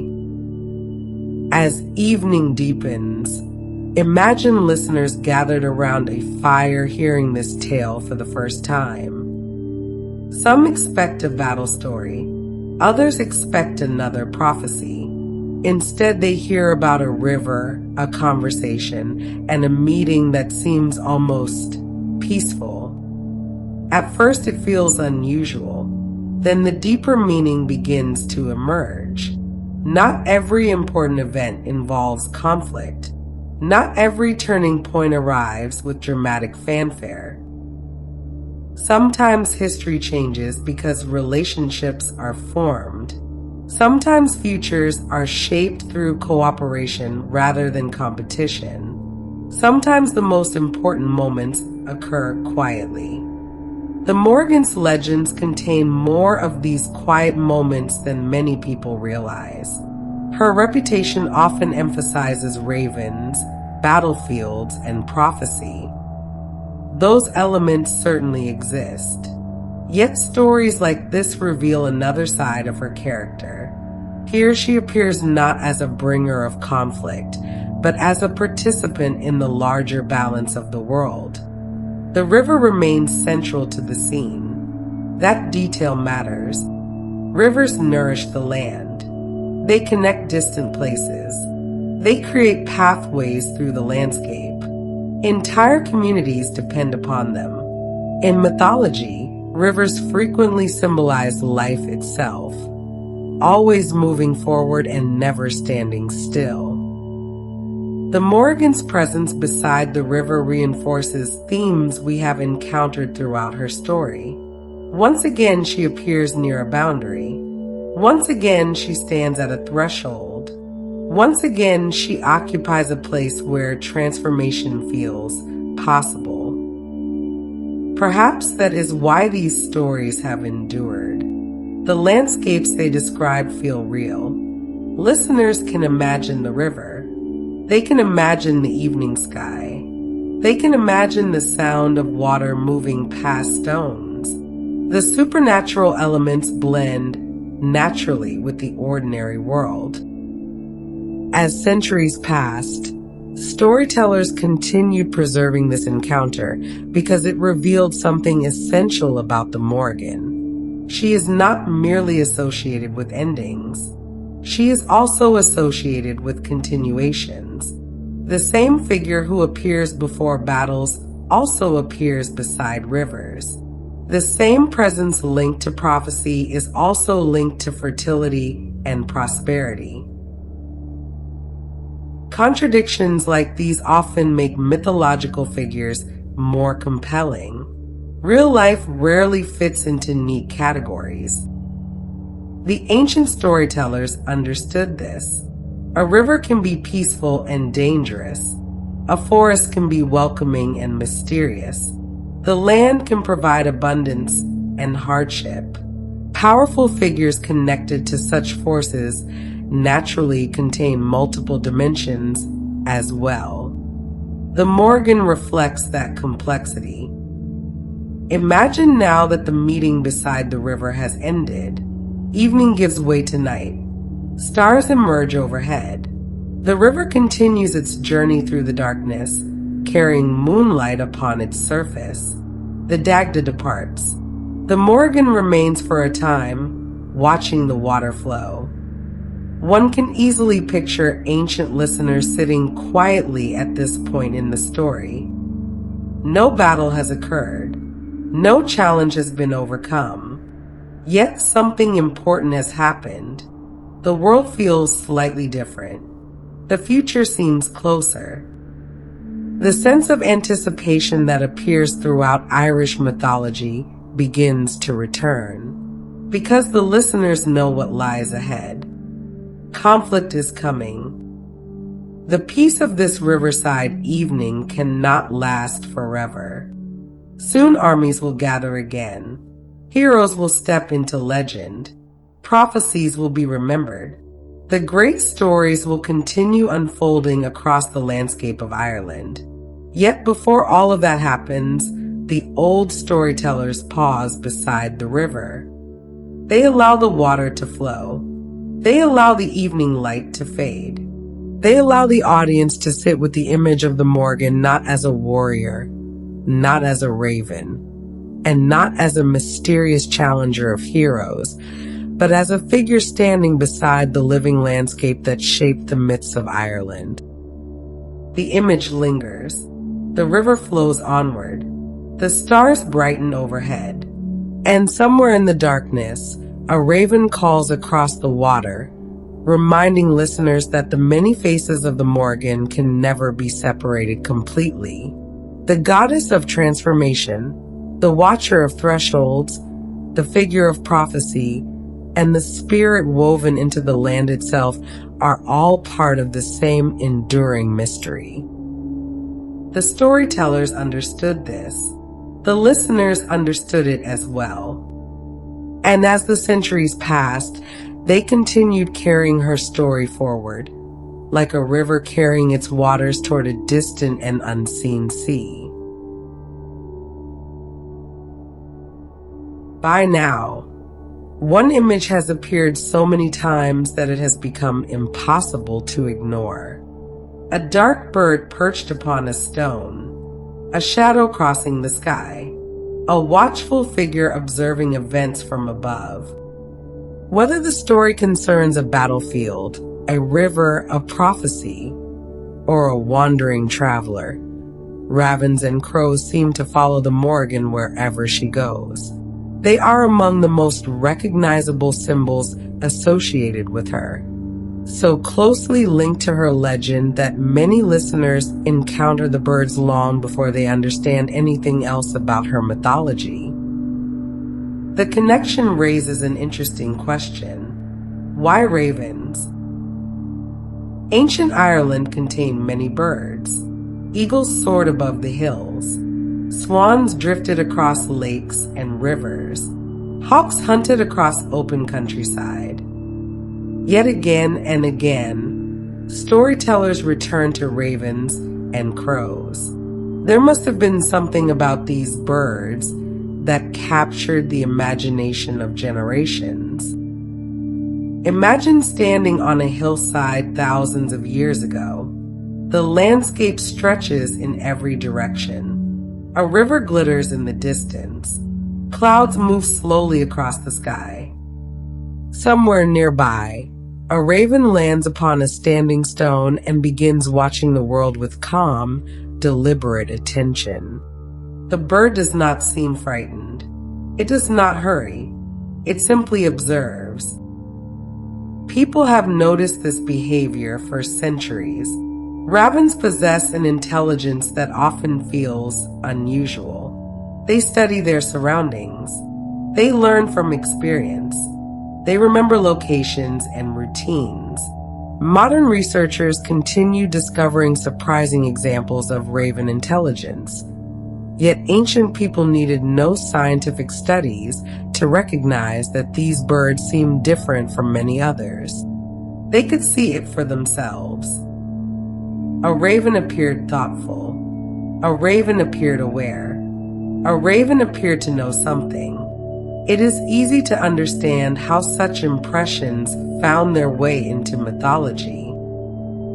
Imagine a farmer walking a familiar road at dawn. The route has changed little over the years. The same hills rise on the horizon. The same river bends through the valley. Yet there is always a raven somewhere nearby, perched on a fence post, circling overhead, or standing motionless in a field. The bird becomes part of the landscape. Ancient storytellers often transformed familiar observations into symbols. The raven's intelligence suggested wisdom. Its dark feathers suggested mystery. Its habit of appearing at significant places made it seem connected to hidden knowledge. Gradually, the bird became more than a bird. It became a messenger, a watcher, and sometimes a symbol of fate itself. The Morrigan inherited all of these associations. In many stories, she appears as a raven. In others, ravens accompany her presence. Sometimes the distinction becomes intentionally unclear. Is the bird merely a bird? Is it a sign? Is it the Morrigan herself? The storytellers rarely provide a definite answer, and perhaps that uncertainty is part of the appeal. Mysteries often endure longer than explanations. Imagine listeners gathered around a fire late at night. The flames have burned low. Wind moves softly outside. The storyteller describes a lone raven watching from above as heroes prepare for an important event. No one in the audience needs the symbolism explained. They understand immediately. The bird means something. What exactly it means may vary from listener to listener, but everyone senses its importance. The same pattern appears throughout mythology around the world. Certain animals become linked with particular ideas because generations repeatedly connect them with similar themes. Wolves become associated with wilderness. Owls become associated with wisdom. Serpents become associated with transformation. Ravens become associated with mystery, memory, and hidden knowledge. The Morrigan stories draw upon those associations beautifully. Yet ravens are not the only birds connected to her. Crows often appear as well, and ancient storytellers did not always separate the two as carefully as modern audiences might. To many listeners, both birds occupied a similar symbolic role. Both were intelligent. Both were dark in color. Both seemed comfortable existing near the boundaries between civilization and wilderness. Most importantly, both attracted attention.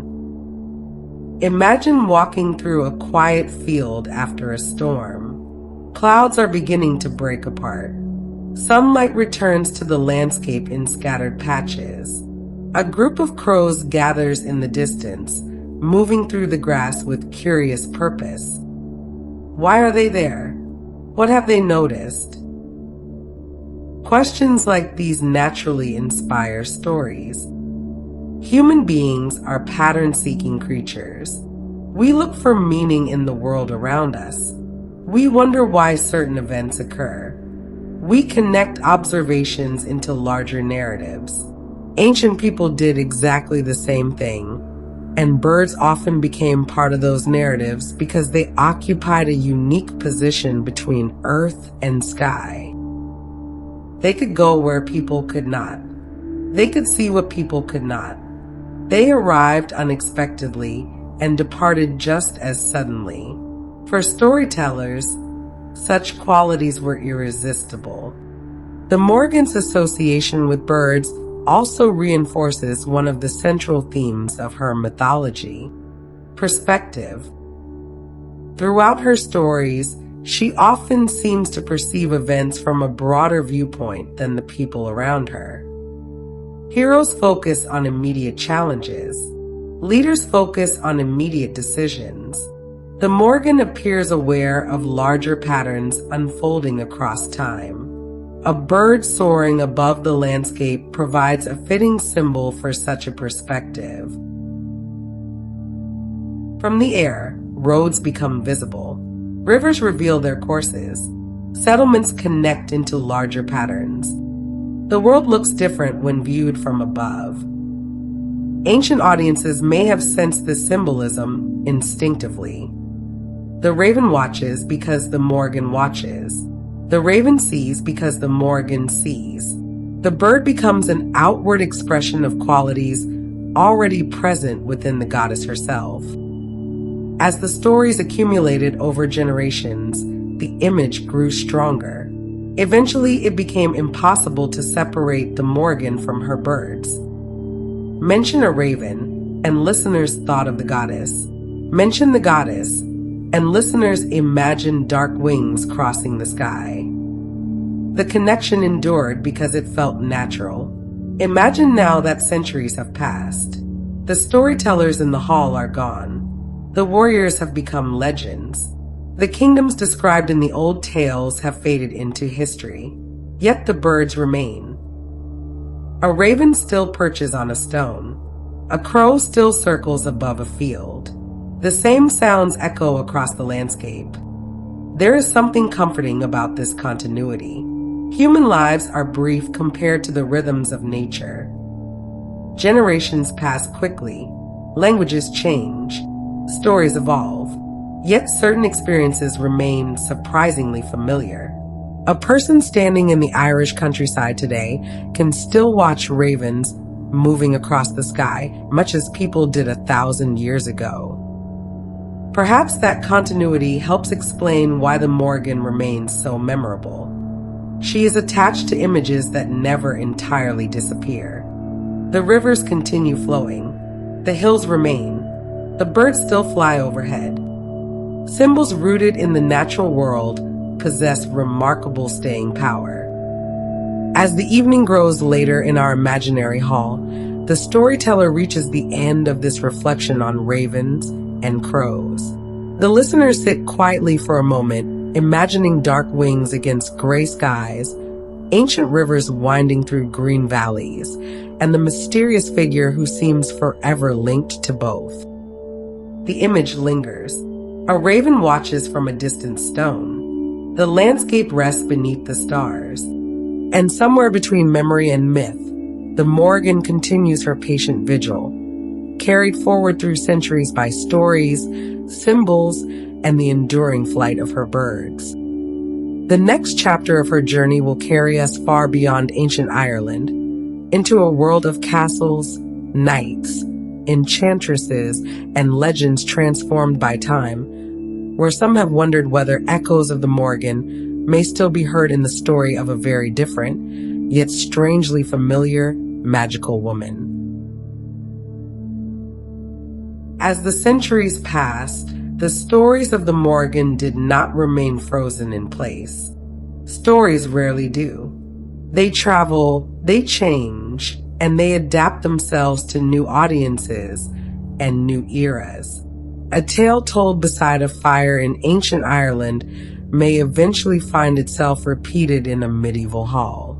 Centuries later, fragments of the same story may appear in books, poems, and legends that seem entirely different on the surface. The journey of a myth can be as fascinating as the myth itself. Imagine a storyteller from ancient Ireland meeting a storyteller from the Middle Ages. The two would not speak exactly the same language, and their worlds would be very different. Yet both would understand the value of a memorable story. Both would understand the power of mystery, and both would know that audiences are often drawn to figures who refuse to fit neatly into simple categories. The Morrigan was one such figure. Over time, some scholars and storytellers began noticing intriguing similarities between the Morrigan and another famous woman of legend, Morgan Le Fay. At first glance, the two seem very different.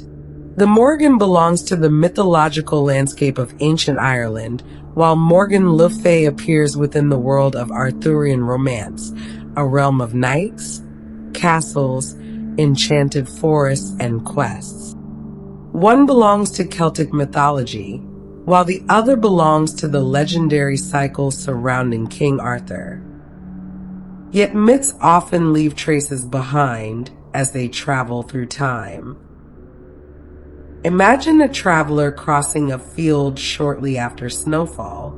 Hours later, the traveler is gone, yet footprints remain. Wind may soften them and fresh snow may partially cover them, but careful observers can still detect evidence that someone passed through.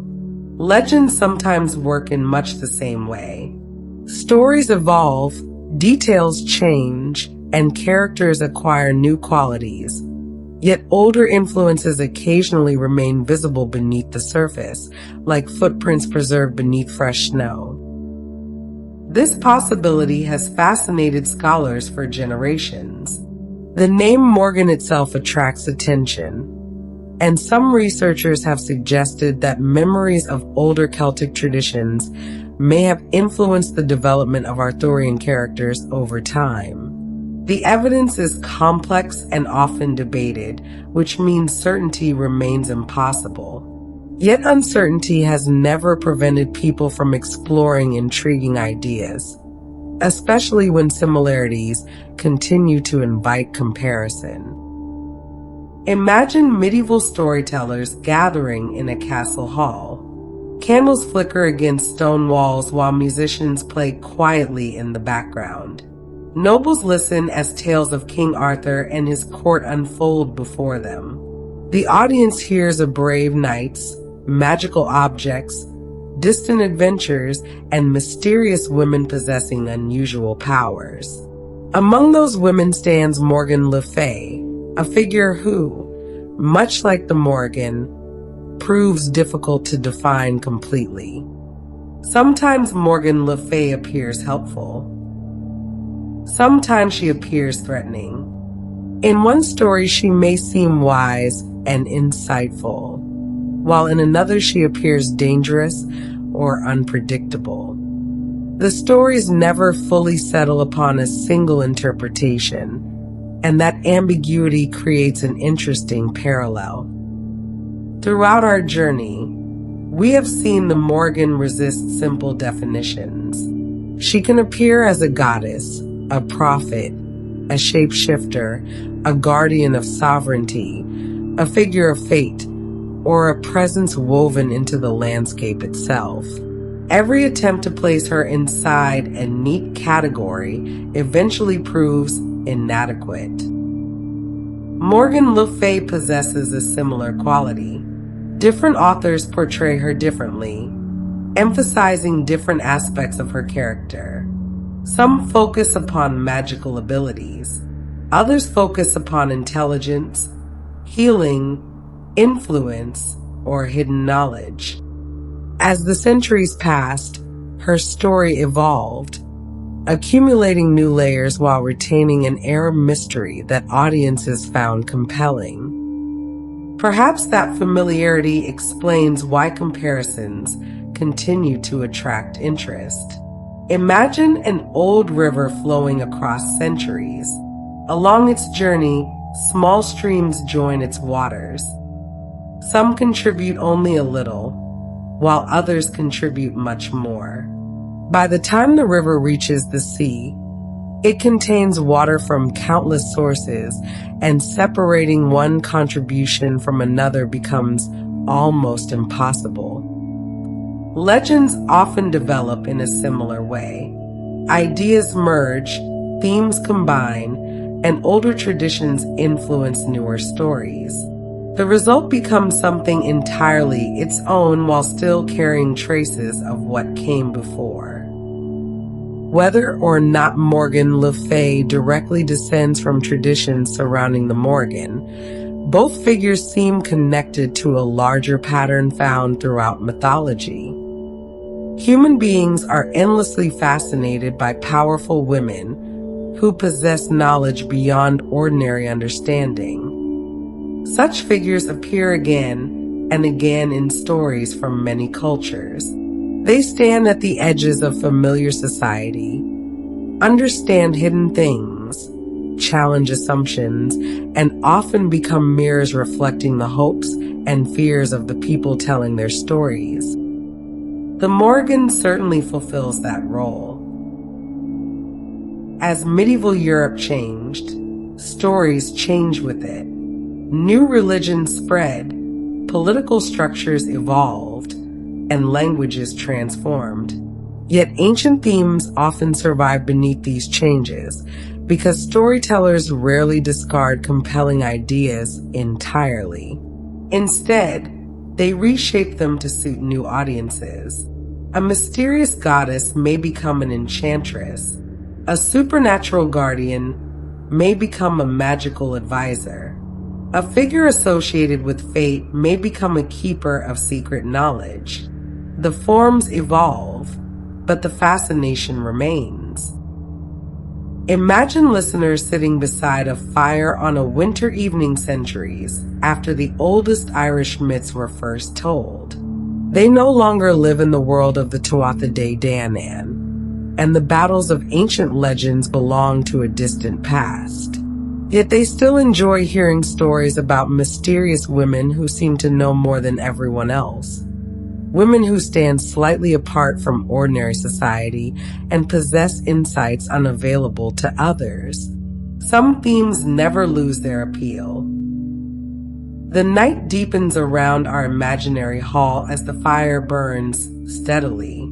Outside, wind moves through the darkness, and somewhere beyond the reach of the firelight, the landscape remains much as it always has. Rivers flow. Ravens sleep among branches. Ancient roads disappear into the night. The stories continue their journey, carried forward by generations who find new meanings within old tales. That journey did not end with medieval legends.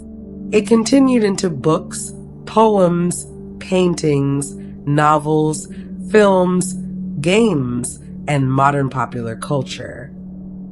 The Morrigan, like many mythological figures, proved remarkably adaptable. Each generation discovered something different within her story.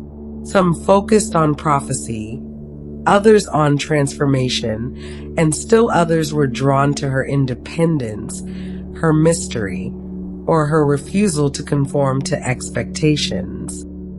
This ability to evolve may be one of the greatest strengths a mythological figure can possess. Characters who belong entirely to one era often remain trapped there, while characters who embody deeper themes can travel across centuries. They continue speaking to new audiences because each generation sees something of itself reflected within them. The Morrigan has accomplished exactly that. She has survived the passing of kingdoms, the transformation of languages, and centuries of cultural change, not because everyone agreed about who she was, but because no one completely agreed. One listener sees a goddess of fate. Another sees a symbol of the land. Another sees a figure of transformation. Rather than canceling one another out, these interpretations exist side by side, much like rivers that eventually join a larger sea. As the storyteller nears the end of this tale, the listeners begin to understand that the Morrigan's influence extends far beyond the boundaries of ancient Ireland. Her story belongs to a larger tradition of myths that evolve without disappearing, adapting to new worlds while preserving something essential at their core. Names may change, settings may change, and storytellers may change, yet the fascination remains remarkably constant. And perhaps that fascination reveals something important, not only about the Morrigan, but about ourselves. For after all the stories of ravens, rivers, prophecies, heroes, and enchantresses have been told, one question still remains. Why are people, century after century, so drawn to figures like her? Imagine all the stories we have explored tonight. The raven on the stone, the rivers winding through the landscape, the prophecies spoken before great events, the encounters with Cú Chulainn, the gathering armies, the mysterious meeting beside the water. Each story reveals a different aspect of the same figure, yet none fully captures her. Perhaps that is exactly the point. Some mysteries survive because they cannot be solved completely. The Morrigan has endured through centuries of cultural change because she remains larger than any single interpretation. She belongs to the battlefield and the river. She belongs to the hero and the ruler. She belongs to the past and, in a curious way, to the present as well. Every generation discovers a different Morrigan, yet each version remains connected to the same ancient source. As the fire burns lower in our imaginary hall, the listeners sit quietly with these thoughts. The stories have carried them across centuries through battles, landscapes, prophecies, and legends. The journey is nearly complete, yet the mystery remains intact. The Morrigan still stands at the edge of the story, watching, waiting, inviting each new generation to decide for itself who she truly is. And perhaps that is why her legend continues to endure. And so our journey through the legends of the Morrigan comes to an end. We began beside a mist-covered landscape in ancient Ireland, following the shadow of a raven across hills, rivers, and forgotten roads. Along the way, we encountered prophecies and battles, heroes and rulers, stories carried through centuries by generations of storytellers who refused to let these ancient memories disappear.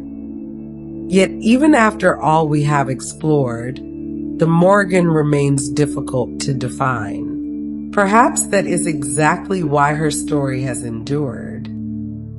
Imagine once more the landscape that greeted us at the beginning of our journey.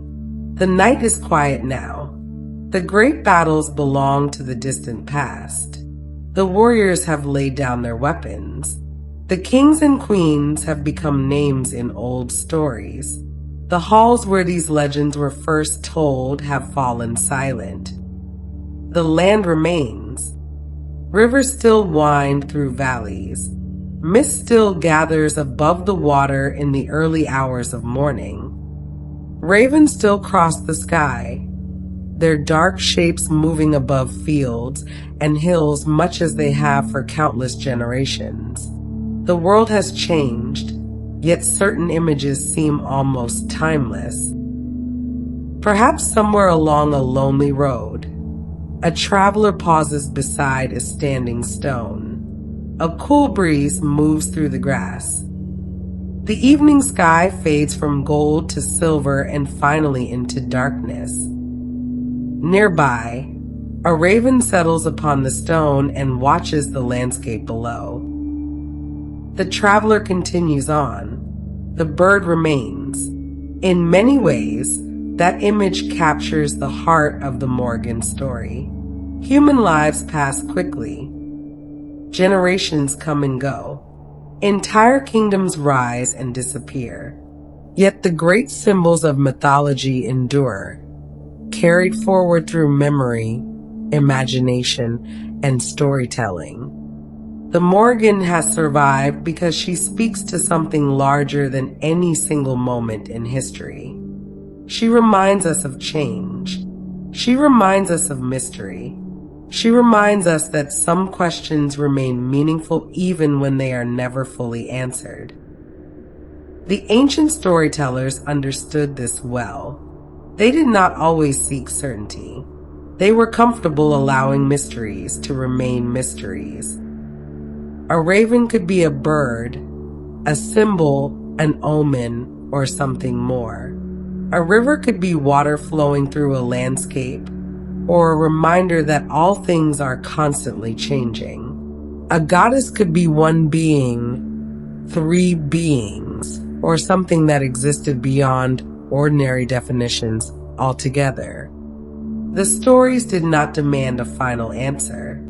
They simply invited people to listen. As the night grows deeper around our imaginary hall, the fire burns lower. The storyteller's voice becomes softer. The listeners who gather to hear these ancient tales sit quietly, reflecting on everything they have heard. Beyond the walls, the countryside rests beneath a canopy of stars. Rivers continue their endless journeys toward the sea. The wind moves gently across the hills. Somewhere in the darkness, a raven calls. For a brief moment, it is easy to imagine that the old stories are still alive, not locked away in books or preserved only in museums, but living quietly within the landscape itself, waiting for someone to remember them. That may be the true power of mythology. Stories survive because people continue finding meaning within them. Each generation inherits old legends and discovers something new. Some listeners hear stories of prophecy. Others hear stories of transformation. Some find lessons about leadership, while others find reminders of humanity's connection to the natural world. The Morrigan contains all of these possibilities. Like the rivers we encountered throughout her story, her legend continues flowing forward, carrying pieces of the past into the future. New storytellers add their voices. New audiences discover her mysteries. The journey continues, even as each individual telling eventually comes to an end. And now, our telling comes to an end as well. Thank you for joining me on the Sleepy Legends channel as we explored the myths, mysteries, and enduring legacy of the Morrigan. If you enjoyed tonight's journey, remember to like this video and subscribe to the Sleepy Legends channel for more relaxing explorations of mythology, folklore, history, and the legends that continue to shape our imagination. For now, the fire has grown dim. The hall is quiet. The roads beyond stretch into darkness beneath the stars. The raven remains upon the stone. The river continues its journey. And somewhere between history and myth, the Morrigan still walks the ancient pathways of Ireland, forever standing at the threshold between what is known and what remains a mystery. Until our next journey, good night.